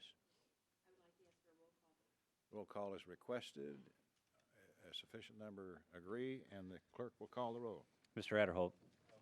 Mr. Adderholt, no. Mr. Alexander. No. Mr. Alexander, no. Mr. Bishop. Yes. Mr. Bishop, aye. Mr. Bonner. No. Mr. Bonner, no. Mr. Calvert. Mr. Calvert, no. Mr. Carter. No. Mr. Carter, no. Mr. Cole. Mr. Crenshaw. Mr. Crenshaw, no. Mr. Cuellar. Yes. Mr. Cuellar, aye. Mr. Culberson. No. Mr. Culberson, no. Ms. DeLauro. Ms. DeLauro, aye. Mr. Dent. No. Mr. Dent, no. Mr. Diaz-Balart. Mr. Farr. Aye. Mr. Farr, aye. Mr. Fattah. Mr. Fleischman. No. Mr. Fleischman, no. Mr. Fortenberry. No. Mr. Fortenberry, no. Mr. Frelinghuysen. No. Mr. Frelinghuysen, no. Ms. Granger. No. Ms. Granger, no. Mr. Graves. No. Mr. Graves, no. Dr. Harris. No. Dr. Harris, no. Ms. Herrera Butler. Mr. Honda. Yes. Mr. Honda, aye. Mr. Joyce. No. Mr. Joyce, no. Ms. Captor. Aye. Ms. Captor, aye. Mr. Kingston. No. Mr. Kingston, no. Mr. Latham. No. Mr. Latham, no. Ms. Lee. Aye. Ms. Lee, aye. Mrs. Lowy. Aye. Mrs. Lowy, aye. Ms. McCollum. Aye. Ms. McCollum, aye. Mr. Moran. Aye. Mr. Moran, aye. Mr. Nunnally. No. Mr. Nunnally, no. Mr. Owens. Aye. Mr. Owens, aye. Mr. Pastor. Aye. Mr. Pastor, aye. Ms. Pingree. Aye. Ms. Pingree, aye. Mr. Price? Aye. Mr. Price, aye. Mr. Quigley? Aye. Mr. Quigley, aye. Mr. Rogers? No. Mr. Rogers, no. Mr. Rooney? No. Mr. Rooney, no. Ms. Robo-Allard? Aye. Ms. Robo-Allard, aye. Mr. Ryan? Aye. Mr. Ryan, aye. Mr. Schiff? Mr. Serrano? Aye. Mr. Serrano, aye. Mr. Simpson? No. Mr. Simpson, no. Mr. Valadeo? No. Mr. Valadeo, no. Mr. Visklosky? Aye. Mr. Visklosky, aye. Ms. Wasserman Schultz? Aye. Ms. Wasserman Schultz, aye. Mr. Wolf? No. Mr. Wolf, no. Mr. Womack? No. Mr. Womack, no. Mr. Yoder? No. Mr. Yoder, no. Mr. Young? Are there members who wish to be recorded or to change their vote? Clerk will tally.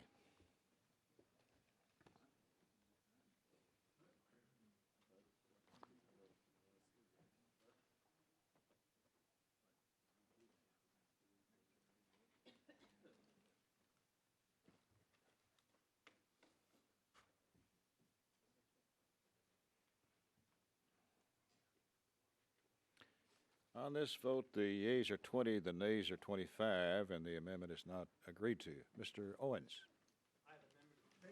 Clerk will report. Amendment offered by Mr. Owens. At the end of the bill, before the short title, insert the following. Without objection, the reading is dispensed with. Gentleman is recognized. Thank you, Mr. Chairman, and thank you to Chairman Carter. The President's budget this year proposed a study of a fee along the U.S. borders north and south. That is opposed by myself and many other members of communities that live along various borders. There was a study proposed. We came out very strongly against it. There are some very clear reasons for it.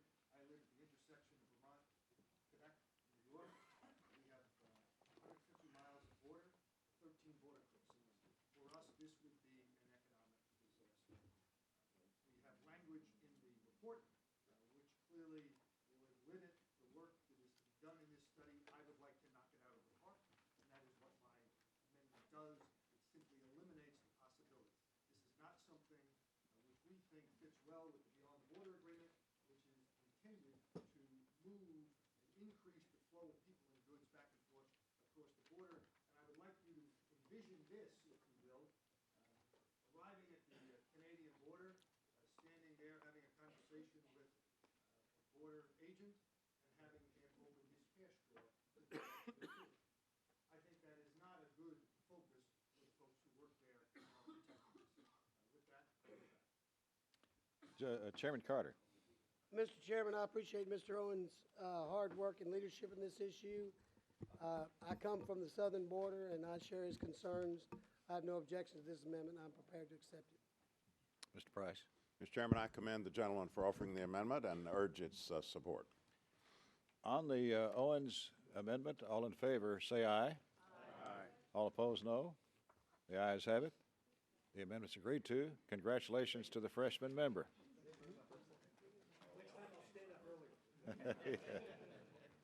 Are there further amendments? Mr. Cuellar. Mr. Chairman, I have an amendment at the desk. Clerk will read. Amendment offered by Mr. Cuellar. At the appropriate place in the bill, insert the following. Ask for unanimous consent that the reading of the amendment be dispensed with. Without objection, the reading is dispensed with. Gentleman is recognized. Thank you, Mr. Chairman. My amendment does not call for new funds. Rather, it allows DHS to enter into agreements to accept non-federal funding to help fund border infrastructure. So if you look at some of the recent studies, it says that we'll probably need about $5 billion for border ports infrastructure. My border communities that support this amendment that depend a lot on trade are not asking for a handout. All they're asking is that they be allowed to help themselves, since I don't see this committee funding $5 billion of border infrastructure. I would ask, Mr. Chairman, that if we look at why this amendment is important, and I've spent a lot of time with the chairman, with the judge on this. According to the Office of U.S. Trade, in 2011, the U.S. goods and services between the U.S. and Mexico total about $5 billion. That's about $1.2 billion a day of trade between the U.S. and Mexico. If you look at the northern border, you're talking about over $680 billion of trade with Canada.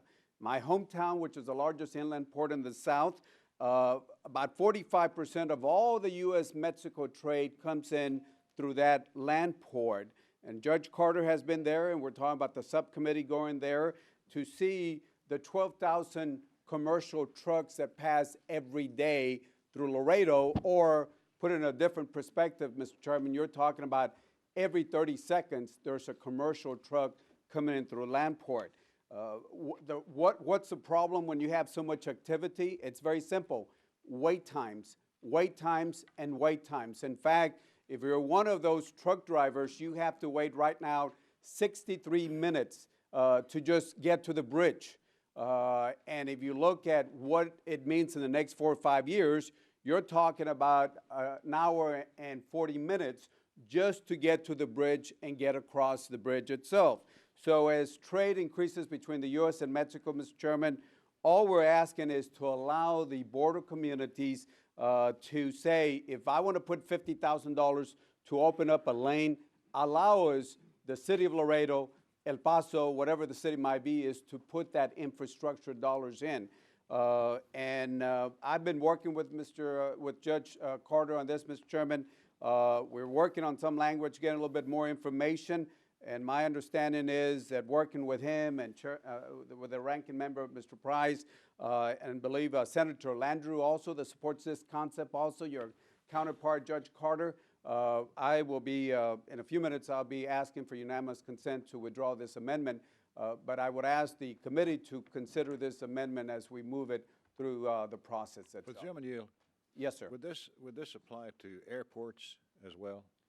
Well, the way I have it right now is only land ports, but I am willing to open it up for airports, seaports, and land ports, because the bottom line is, if somebody, and it's not a mandate, it's if a local community wants to put in $5 to help traffic, the infrastructure move, allow them to do that. We don't have the money, so I am open not only to land ports, seaports, and airports also. Judge Carter?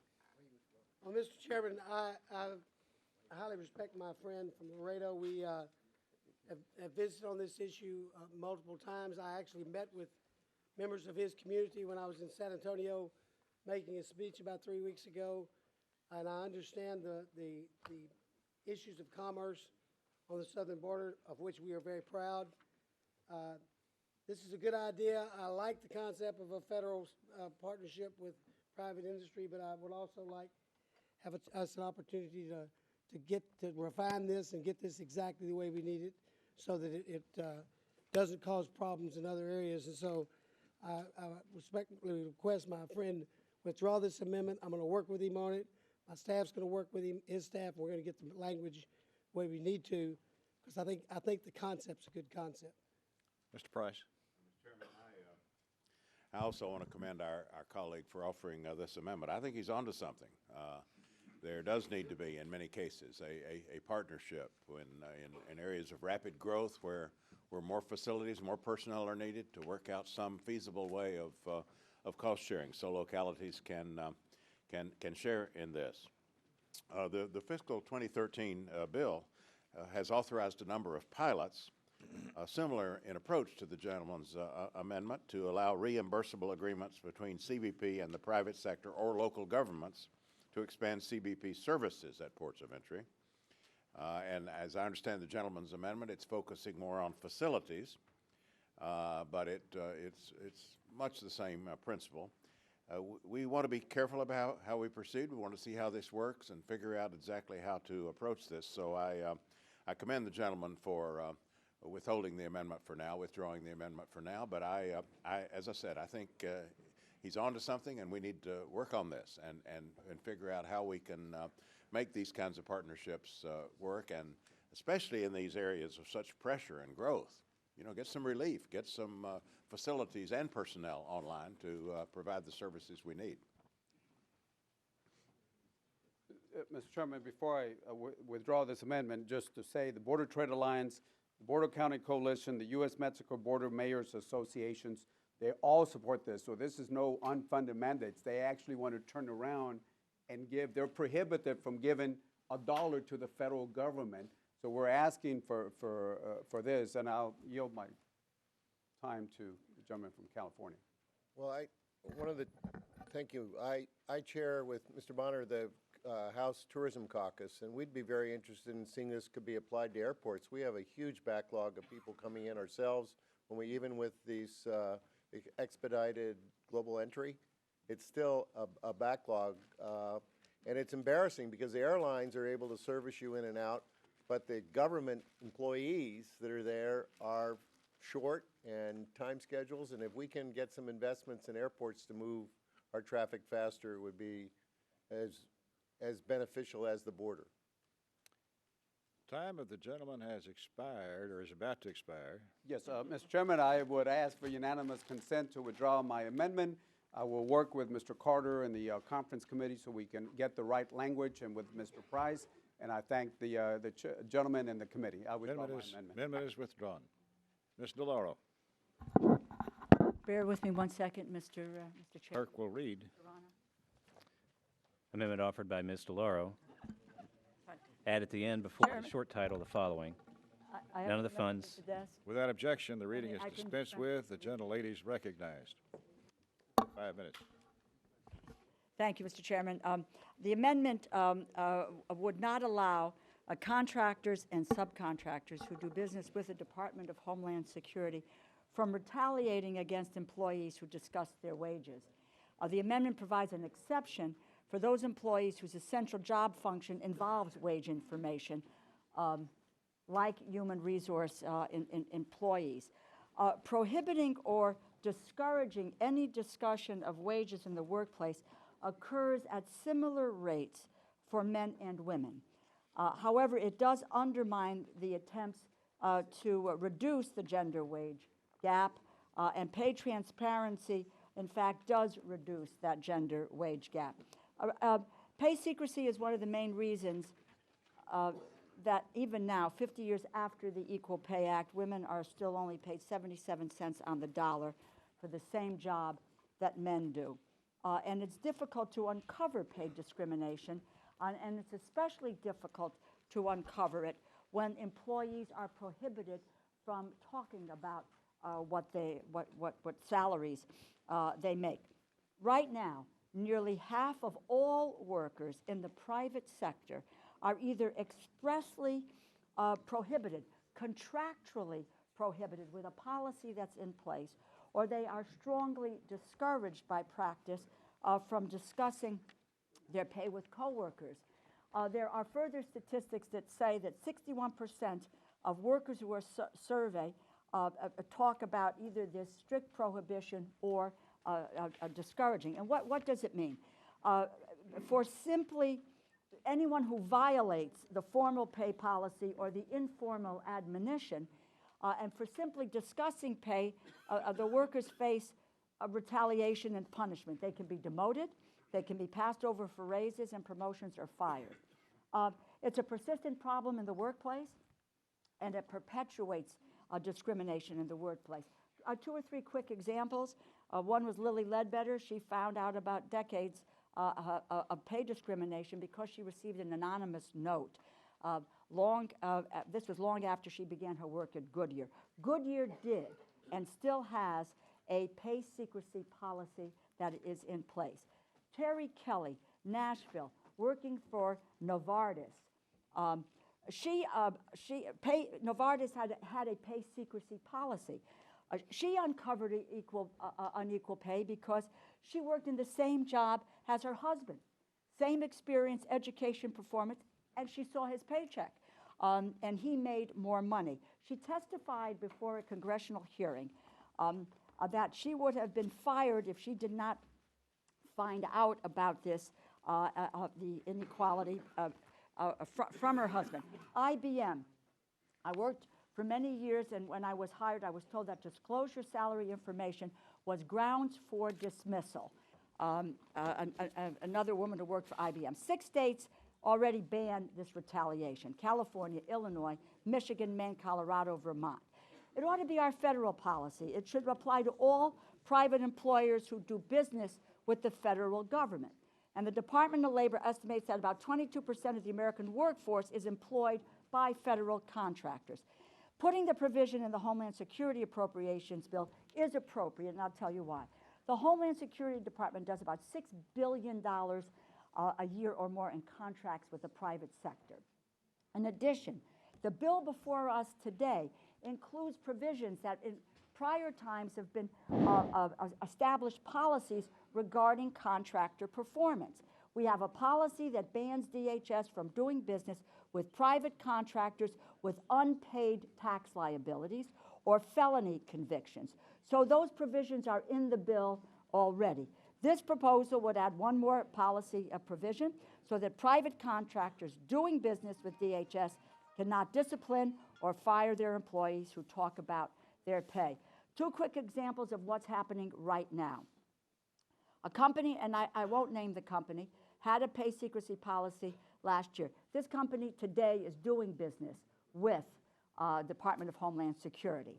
Another one, a large retirement investment company that we all know, TIAA-CREF, has told employees that they cannot talk about their wages. So it's happening in the private sector all the time.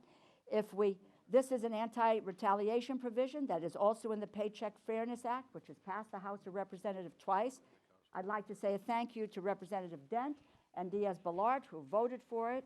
It was also introduced in the Senate last year as a standalone measure by Senator Heller, a Republican from Nevada. So it's not a partisan issue, and I hope that everyone on the committee will be able to support the amendment today. Thank you. Judge Carter. Mr. Chairman, I have an amendment to the DeLauro amendment in the form of a substitute. Clerk will read. Amendment offered by Mr. Carter in lieu of the DeLauro amendment. Be considered as read. The motion is overruled. Members are just now getting copies, so let the clerk read the amendment. Amendment offered by Mr. Carter in lieu of the DeLauro amendment. Insert at the appropriate place in the report, non-discrimination and anti-retaliation. The department shall ensure that all contracts and subcontracts comply with existing law with respect to discrimination and retaliation against all employees. The committee strongly supports compliance with existing laws such as the Equal Pay Act and the Fair Labor Standards Act. Judge Carter is recognized for 5 minutes. Thank you, Mr. Chairman. Let me make it clear, I'm adamantly opposed and against wage discrimination. I actually agree with some of the points Ms. DeLauro has made and is making, but this amendment has some serious issues and is wholly unworkable. Therefore, I'm offering a substitute that I think addresses the issue in a far more effective way. Yesterday, I received Ms. DeLauro's language, in addition to sending a query to DHS about the potential ramifications to the amendment. I asked the Committee on Education and Workforce to let us know how the provision will operate. Both the Department and the Authorizing Committee of Jurisdiction had multiple significant concerns with the proposal, including that the amendment is broad and ambiguous, could cause major enforcement problems for DHS and the Labor Department, could violate the privity of contract between an employee and the employer, and could infringe multiple state laws and regulations. With that said, I want to be clear. I fundamentally reject retaliatory practices against anyone, and we support the right of every American to fair play under the law. In short, this substitute amendment states that DHS shall ensure all contracts and subcontracts comply with existing laws with respect to discrimination and retaliation against all employees. Mr. Chairman, this is a serious bill with serious issues.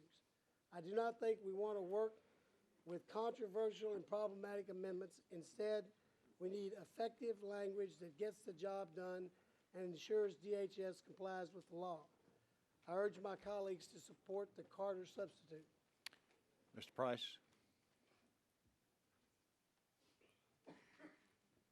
Mr. Chairman, I rise in support of the amendment, but first would like to yield to Ms. DeLauro to perhaps respond to the chairman's motion. I thank the gentleman, and I appreciate your comments on the issue of the ability to have a conversation or pay equity, if you will. The fact of the matter is we do not have pay equity these days. We do in the Congress, despite our different parts of the country, our educational credentials, et cetera. We all make, men and women make the same amount of money. That is not true for most women in the United States. And the fact that this retaliation policy adds to that discrimination. What you have described here, Mr. Chairman, is really what current law is all about. It does not, in fact, then, if you will, go far enough. And I'll give you an example. The NLRA, National Labor Relations Act, Department of Labor, contains some protection, but it covers a limited class of workers. It does not include supervisors or managers, for example. And I'll give you the case. Lily Ledbetter was a manager, and therefore, and was told she couldn't. Their policy was a secrecy policy. Further, within this bill already, we are looking at, as I mentioned, you have, that has been done in prior years, certainly not when I was here, it includes provisions that establish policies regarding contractor performance. It says DHS cannot do business with a private contractor with an unpaid tax liability. Now, I don't know what kinds of problems that causes for dealing with the effort. I'd have to imagine there'd have to be a real rundown of whether or not people had any tax liability and what complications that may draw up. Or if there are felony convictions. This is very straightforward in its dimension. It says that you cannot have a policy that prohibits contractually or either by policy or practice that does not allow men or women to have a conversation with a fellow employee about their salaries.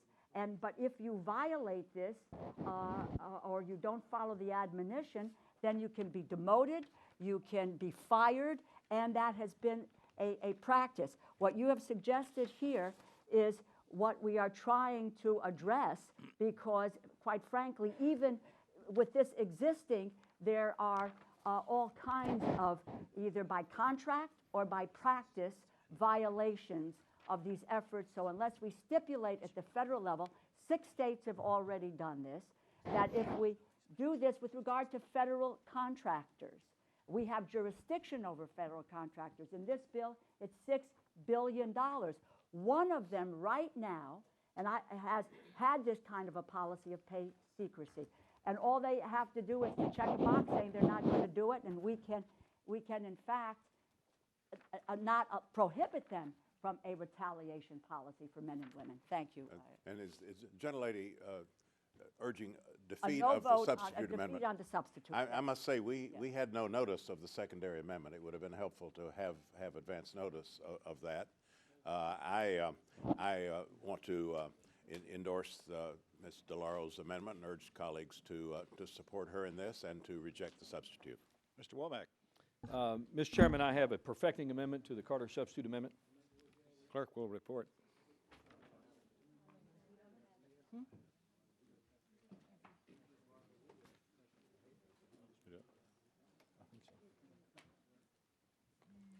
I've not seen anything. We don't have a copy of it. Will the gentleman? I think it's coming out. It's being passed. The perfecting amendment is being passed. Gentleman will suspend. We need a copy here.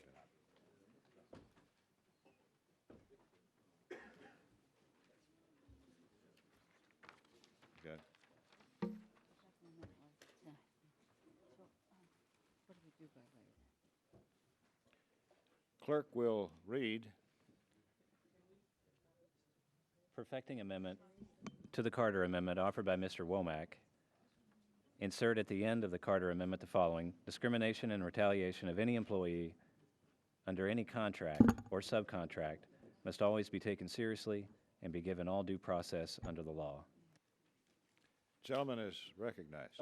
Mr. Chairman, I have a lot of respect for my friend from Connecticut and her passion for this issue, and I think it's pretty safe to say that there's not anybody in this room, regardless of which side he or she may be on the aisle, is more concerned or condones wage discrimination or supports retaliatory practices.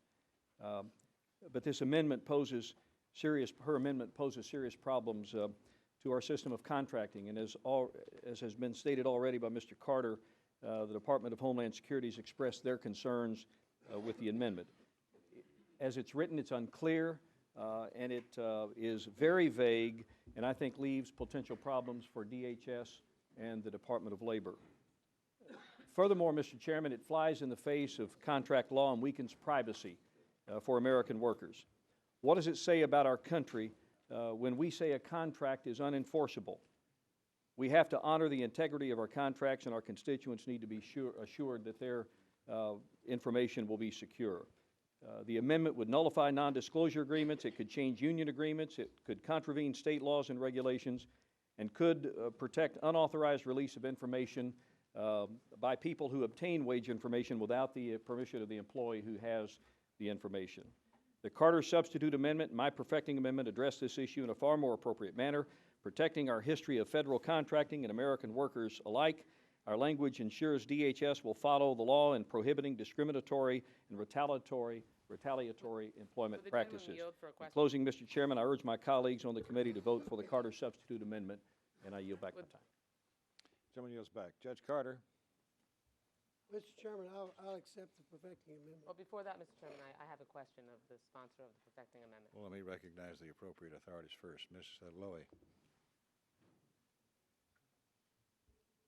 I want to make it very, very clear. Mike. That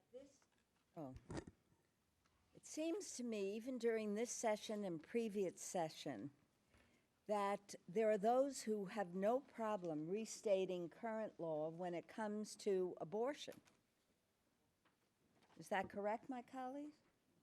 So I rise in strong support of this amendment, and I have a simple question.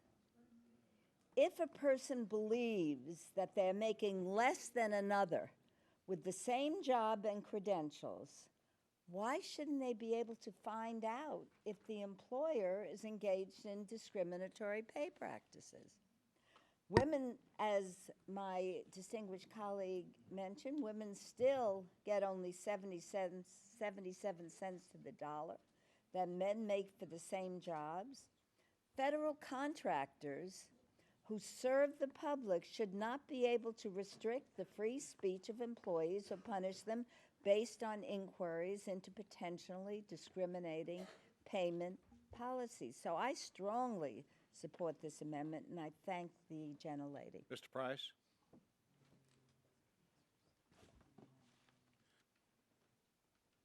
I would reiterate my support for the amendment and urge its adoption and rejection of the substitute amendments. Oh. The debate is and vote will take place on the Womack perfecting amendment to Carter. Mr. Chairman, let me clarify. Well, I'll yield to my colleague for a question about the perfecting amendment. Question of the sponsor of the perfecting amendment.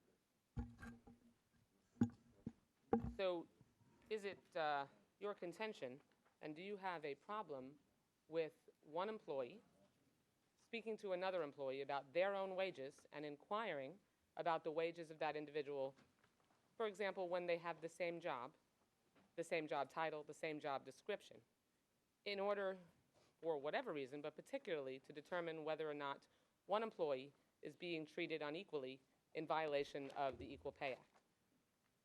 My mother always told me it's not polite to answer a question with a question. Then don't. So then let me just say it this way. Without having knowledge of the hypothetical that you give and whether that individual happens to be under some form of a contract, it would be very difficult to render an opinion on it. I'm just simply saying that the contracting law, as we now know it, should be protected. That's simply what I'm saying. Well, I fail to see, Mr. Chairman, how ensuring that people who are employed by federal contractors and subcontractors can exercise their First Amendment rights to speak about their own pay, to inquire about another's pay, are in violation of any particular contract when the amendment that the gentlelady is offering specifically makes an exception for that. And, you know, unfortunately, I think what's transparent here is the majority's attempt to be in a situation where they dilute the straight-up, straightforward vote on whether or not you do or do not support equal pay for equal work. If you do support equal pay for equal work, there should be nothing wrong with supporting this amendment that ensures that there can simply be an ability for an employee of a contractor from the federal government to inquire as to whether or not they have discrimination in their own pay or against another's pay, and to be able to discuss their own pay. That's all this amendment does. It's very straightforward. It should simply be supported straight up or down. Question is on the Womack perfecting amendment. Mr. Chairman, just in the interest of understanding the Womack amendment and exploring what this means exactly, it's a second-degree amendment, pretty complicated. I would like to yield to Mr. Laro to seek further clarification. The gentleman is recognized for that purpose. Fine. I was just saying, I appreciate your comments, and it's an important issue because this applies to men and to women, but it is particularly egregious when it comes to women having a chilling effect on the whole issue of wage, given the nature of the debate and the circumstances that women find themselves in at 77 cents on the dollar, and that is a reality. And this is both the perfecting amendment and the secondary amendment. The fact is they will say that they are taking it seriously, but the fact of the matter is that it is not. When we're looking at the private sector, when there's a survey that's demonstrating that 61% of people who are under private contracting in the private sector are looking at, either by a contractual authority or by practice, they are prohibited from having a discussion about their wages. And in fact, they are admonished and told that if you have this conversation, you can lose your job. Now, we have jurisdiction over federal contracts in a whole variety of ways. And with DHS in particular, I don't know if we've ever had the discussion. They have to comply with federal acquisition guidelines, competition, and accounting standards. It bans contracts with those convicted of federal criminal violations. Has anybody had a discussion about that? That's now baked in the with DHS. It bans contracts with those with unpaid federal tax liability. I'm just saying, add one more provision that says you can't retaliate against an employee, man or woman, who has a conversation about their salary or their wages. It's very, very straightforward. It's not that it is the least complicated. The amendment tree is more complicated than, in actuality, what this is about. I thank the gentleman. Thank you, Mr. Chairman. Mr. Womack has 1 minute to close. Well, I just simply say that, that the perfecting amendment and the gentleman's substitute, the distinguished chairman's substitute amendment, I think stand on their merit. With that, I yield back. The question is on the Womack perfecting amendment. All in favor, say aye. Aye. All opposed, say no. No. The ayes have it. The amendment is agreed to. Now the question is on the Carter substitute as amended. The question is on the Carter amendment as modified by the perfecting amendment. All in favor of Carter will say aye. Aye. All opposed will say no. No. The ayes have it. The amendment is agreed to. Question is on the on whether or not to call a roll. All in favor, raise your hand. A sufficient number, the clerk will call the roll. On the Carter amendment as amended. Mr. Adderholt. Mr. Adderholt, aye. Mr. Alexander. Mr. Alexander, aye. Mr. Bishop. Mr. Bishop, no. Mr. Bonner. Mr. Bonner, aye. Mr. Calvert. Mr. Calvert, aye. Mr. Carter. Aye. Mr. Carter, aye. Mr. Cole. Mr. Crenshaw. Mr. Mr. Crenshaw, aye. Mr. Cuellar? Mr. Cuellar, no. Mr. Culberson? Mr. Culberson, aye. Ms. DeLauro? Ms. DeLauro, no. Mr. Dent? Mr. Dent, aye. Mr. Diaz-Balart? Mr. Farr? Mr. Farr, no. Mr. Fatah? Mr. Fleischman? Mr. Fleischman, aye. Mr. Fortenberry? Mr. Fortenberry, aye. Mr. Feelinghuisen? Mr. Feelinghuisen, aye. Ms. Granger? Ms. Granger, aye. Mr. Graves? Mr. Graves, aye. Dr. Harris? Dr. Harris, aye. Ms. Herrera-Butler? Mr. Honda? Mr. Honda, no. Mr. Joyce? Mr. Joyce, aye. Ms. Captor? Ms. Captor, no. Mr. Kingston? Mr. Kingston, aye. Mr. Latham? Mr. Latham, aye. Ms. Lee? Ms. Lee? Ms. Lee, no. Mrs. Lowy? Mrs. Lowy, no. Ms. McCullum? Ms. McCullum, no. Mr. Moran? Mr. Moran, no. Mr. Nunnally? Mr. Nunnally, aye. Mr. Owens? Mr. Owens, no. Mr. Pastor? Mr. Pastor, no. Ms. Pingree? Ms. Pingree, no. Mr. Price? Mr. Price, no. Mr. Quigley? Mr. Quigley, no. Mr. Rogers? Aye.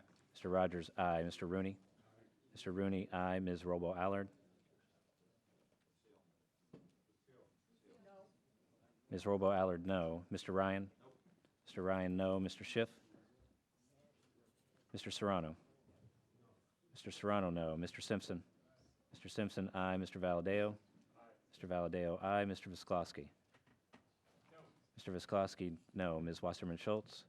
Ms. Wasserman Schultz, no. Mr. Wolf? Mr. Wolf, aye. Mr. Womack? Mr. Womack, aye. Mr. Yoder? Mr. Yoder, aye. Mr. Young? Mr. Fatah? Mr. Are there Fatah, any no. members who wish to be recorded? Anyone wish to change their vote? If not, the clerk will tally.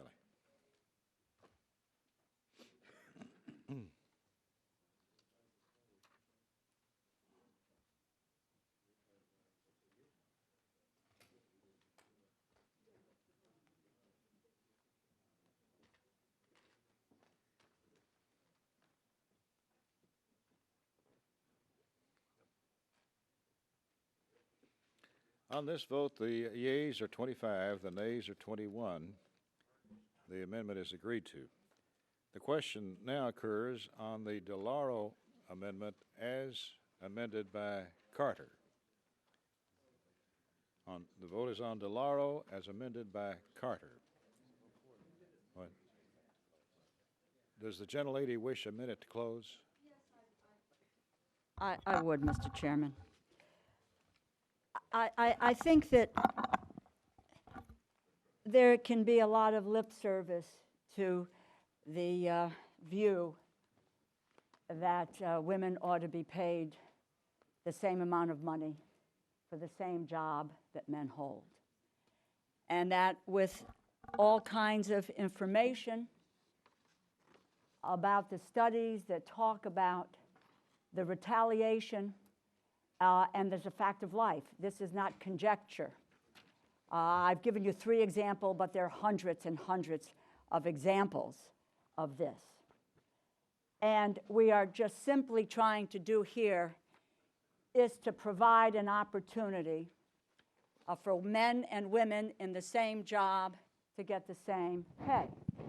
And we have jurisdiction over federal contractors and a private sector that in fact has contractual policies and practices that allow people not to discuss their wages, and it undermines the wage gap. It is a simple, straightforward provision, not unlike those already in the bill. And I would just say, if you believe that because you voted for a perfecting amendment, or a secondary amendment, and you have inoculated yourself against equal pay on this vote, you are sadly mistaken. This is about being able to have a conversation about your wages and knowing that whether or not you may be being discriminated against, and I urge you, please, to have a no vote on this bill as it has been amended and Time perfected. of the It is in gentle no way lady perfected. has expired. The question is on DeLauro as amended by Carter. All in favor say aye. All opposed say no. No. The ayes seem to have it. The ayes have it. The amendment is agreed to. Roll call is requested. All in favor, raise your hand. A sufficient number. Clerk will call the roll. Mr. Adderholt. Mr. Adderholt, aye. Mr. Alexander. Mr. Alexander, aye. Mr. Bishop. Mr. Bishop, no. Mr. Bonner. Mr. Bonner, aye. Mr. Calvert. Mr. Calvert, aye. Mr. Carter. Mr. Carter, aye. Mr. Cole. Mr. Crenshaw. Mr. Crenshaw, aye. Mr. Cuellar.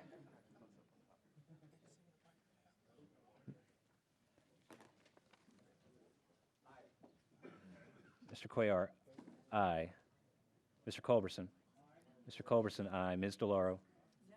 Ms. DeLauro, no. Mr. Dent. Mr. Dent, aye. Mr. Diaz-Balart. Mr. Farr. Mr. Farr, no. Mr. Fatah. Mr. Fatah, no. Mr. Fleischman. Mr. Fleischman, aye. Mr. Fortenberry. Mr. Fortenberry, aye. Mr. Frelinghuysen. Mr. Frelinghuysen, aye. Ms. Granger. Ms. Granger, aye. Mr. Graves. Mr. Graves, aye. Dr. Harris. Dr. Harris, aye. Ms. Hero Butler. Mr. Honda. Mr. Honda, no. Mr. Joyce. Mr. Joyce, aye. Ms. Captor. Ms. Captor, no. Mr. Kingston. Mr. Kingston, aye. Mr. Latham. Mr. Latham, aye. Ms. Lee. Ms. Lee, no. Mrs. Lowy. Mrs. Lowy. Mrs. Lowy, no. Ms. McCollum. Ms. McCollum, no. Mr. Moran. Mr. Moran, no. Mr. Nunnally. Mr. Nunnally, aye. Mr. Owens. Mr. Owens, no. Mr. Pastor. Mr. Pastor, no. Ms. Pingree. Ms. Pingree, no. Mr. Price. Mr. Price, no. Mr. Quigley. Mr. Quigley, no. Mr. Rogers. Mr. Rogers, aye. Mr. Rooney. Mr. Rooney, aye. Ms. Robo-Allard. Ms. Robo-Allard, no. Mr. Ryan. Mr. Ryan, no. Mr. Schiff. Mr. Serrano. Mr. Serrano, no. Mr. Simpson. Mr. Simpson, aye. Mr. Valadeo. Mr. Valadeo, aye. Mr. Visklosky. Mr. Visklosky, no. Ms. Wasserman Schultz. Ms. Wasserman Schultz, no. Mr. Wolf. Mr. Wolf, aye. Mr. Womack. Mr. Womack, aye. Mr. Yoder. Mr. Yoder, aye. Are there members Mr. who Young. wish to be recorded? Or who wish to change their vote? Clerk will tally.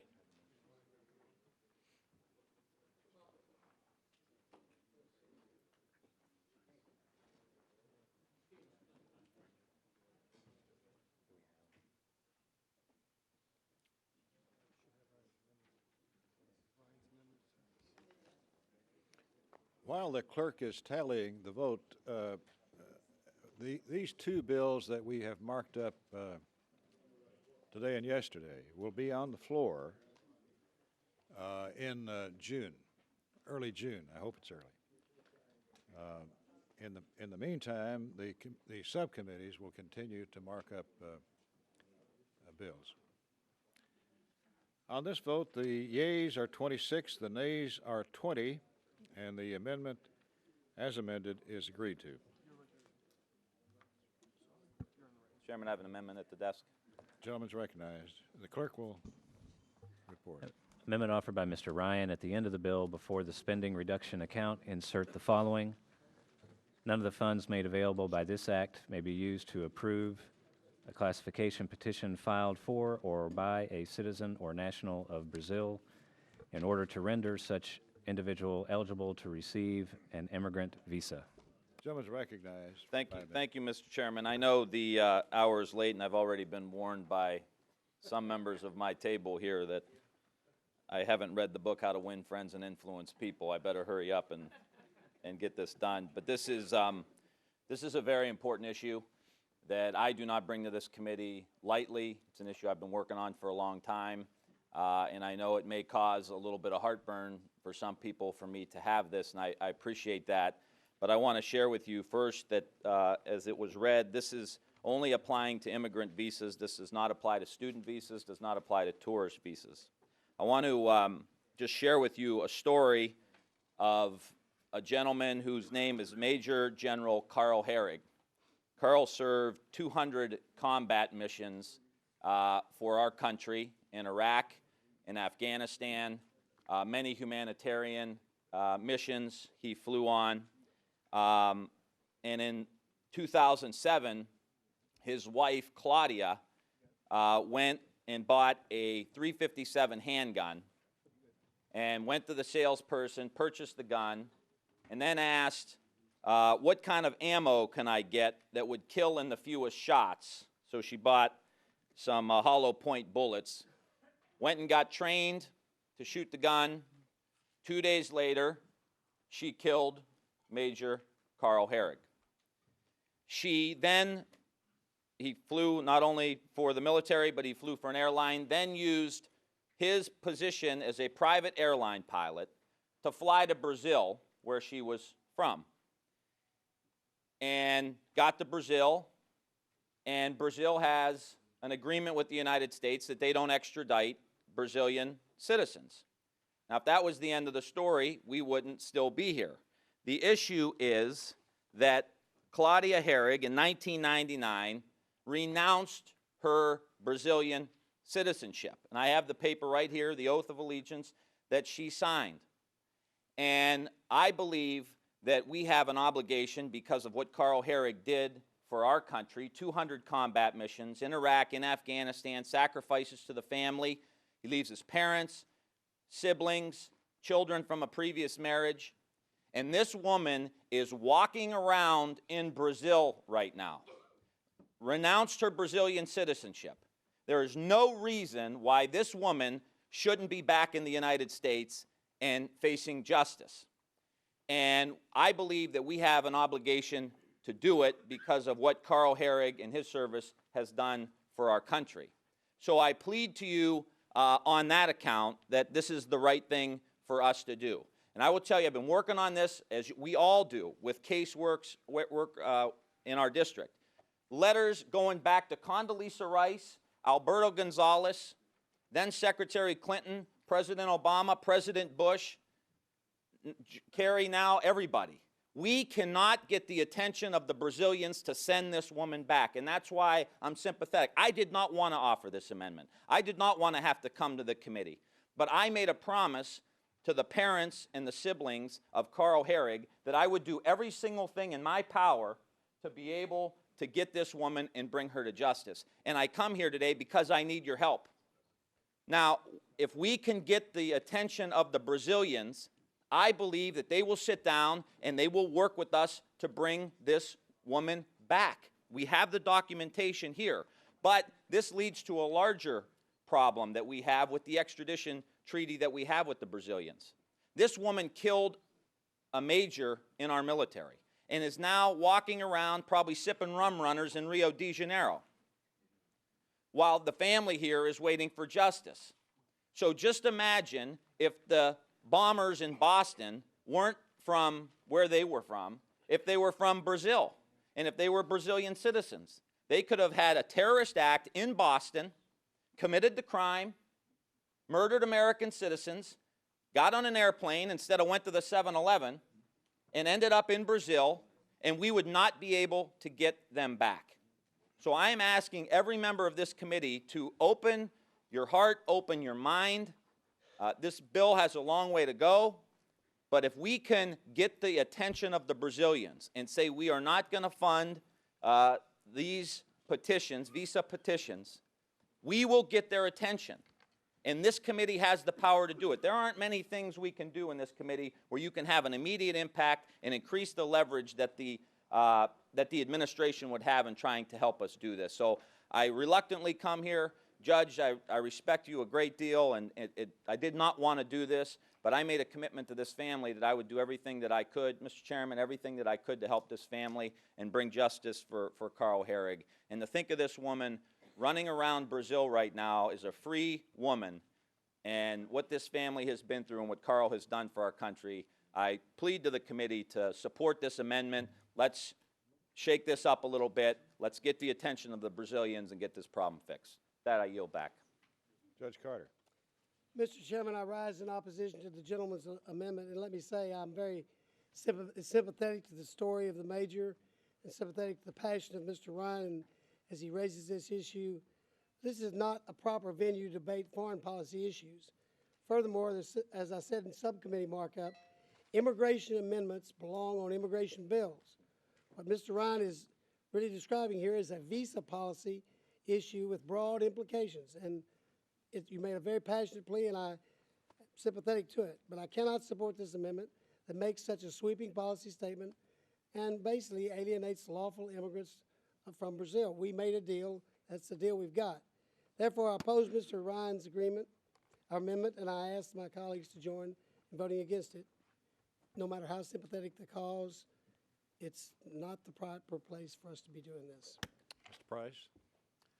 Mr. Chairman, I believe the offerer of the amendment understands as well the problematic nature of this amendment on this particular bill, but I understand also where he's coming from and the passion and conviction that he understandably feels about this. This is a very, very frustrating situation, and the Brazilian government needs to take note and needs to do the right thing. There's no question about that. So I think we best see this as an attempt to convey that message. We know that there will be problems with this in the final version of the bill, but we also understand that a message very much needs to be said. So I commend the gentleman for his work on this case, and the best I can say, I think, is that members should follow their own devices in casting this vote. Mr. Ryan's recognized. 1 minute to close. Sure, I'd just like to submit for the record, and I gave everyone one of these article, Brazil latest base for Islamic extremists. Al-Qaeda and groups, 20 Islamic extremists connected to Al-Qaeda and other terrorist groups are using Brazil as a base to hide, raise money, and plan attacks. We all need to ask ourselves, if there's an attack from a Brazilian in this country, have we done all that we could as members of this committee, having the opportunity to vote on this?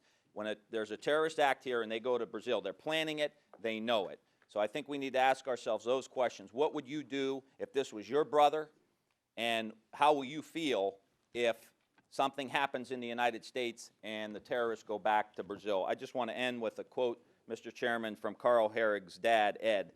He said, "Our government is supposed to be the most powerful country in the world, and they're turning their back on a 25-year veteran. It's wrong.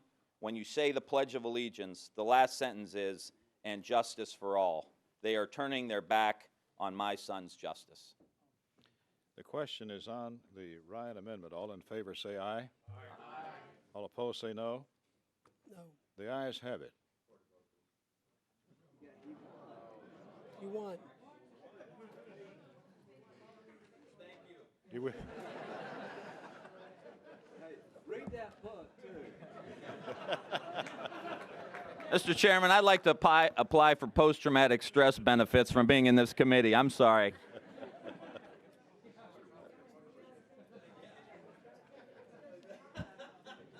If there are no further amendments, I recognize Mr. Wolf for a motion.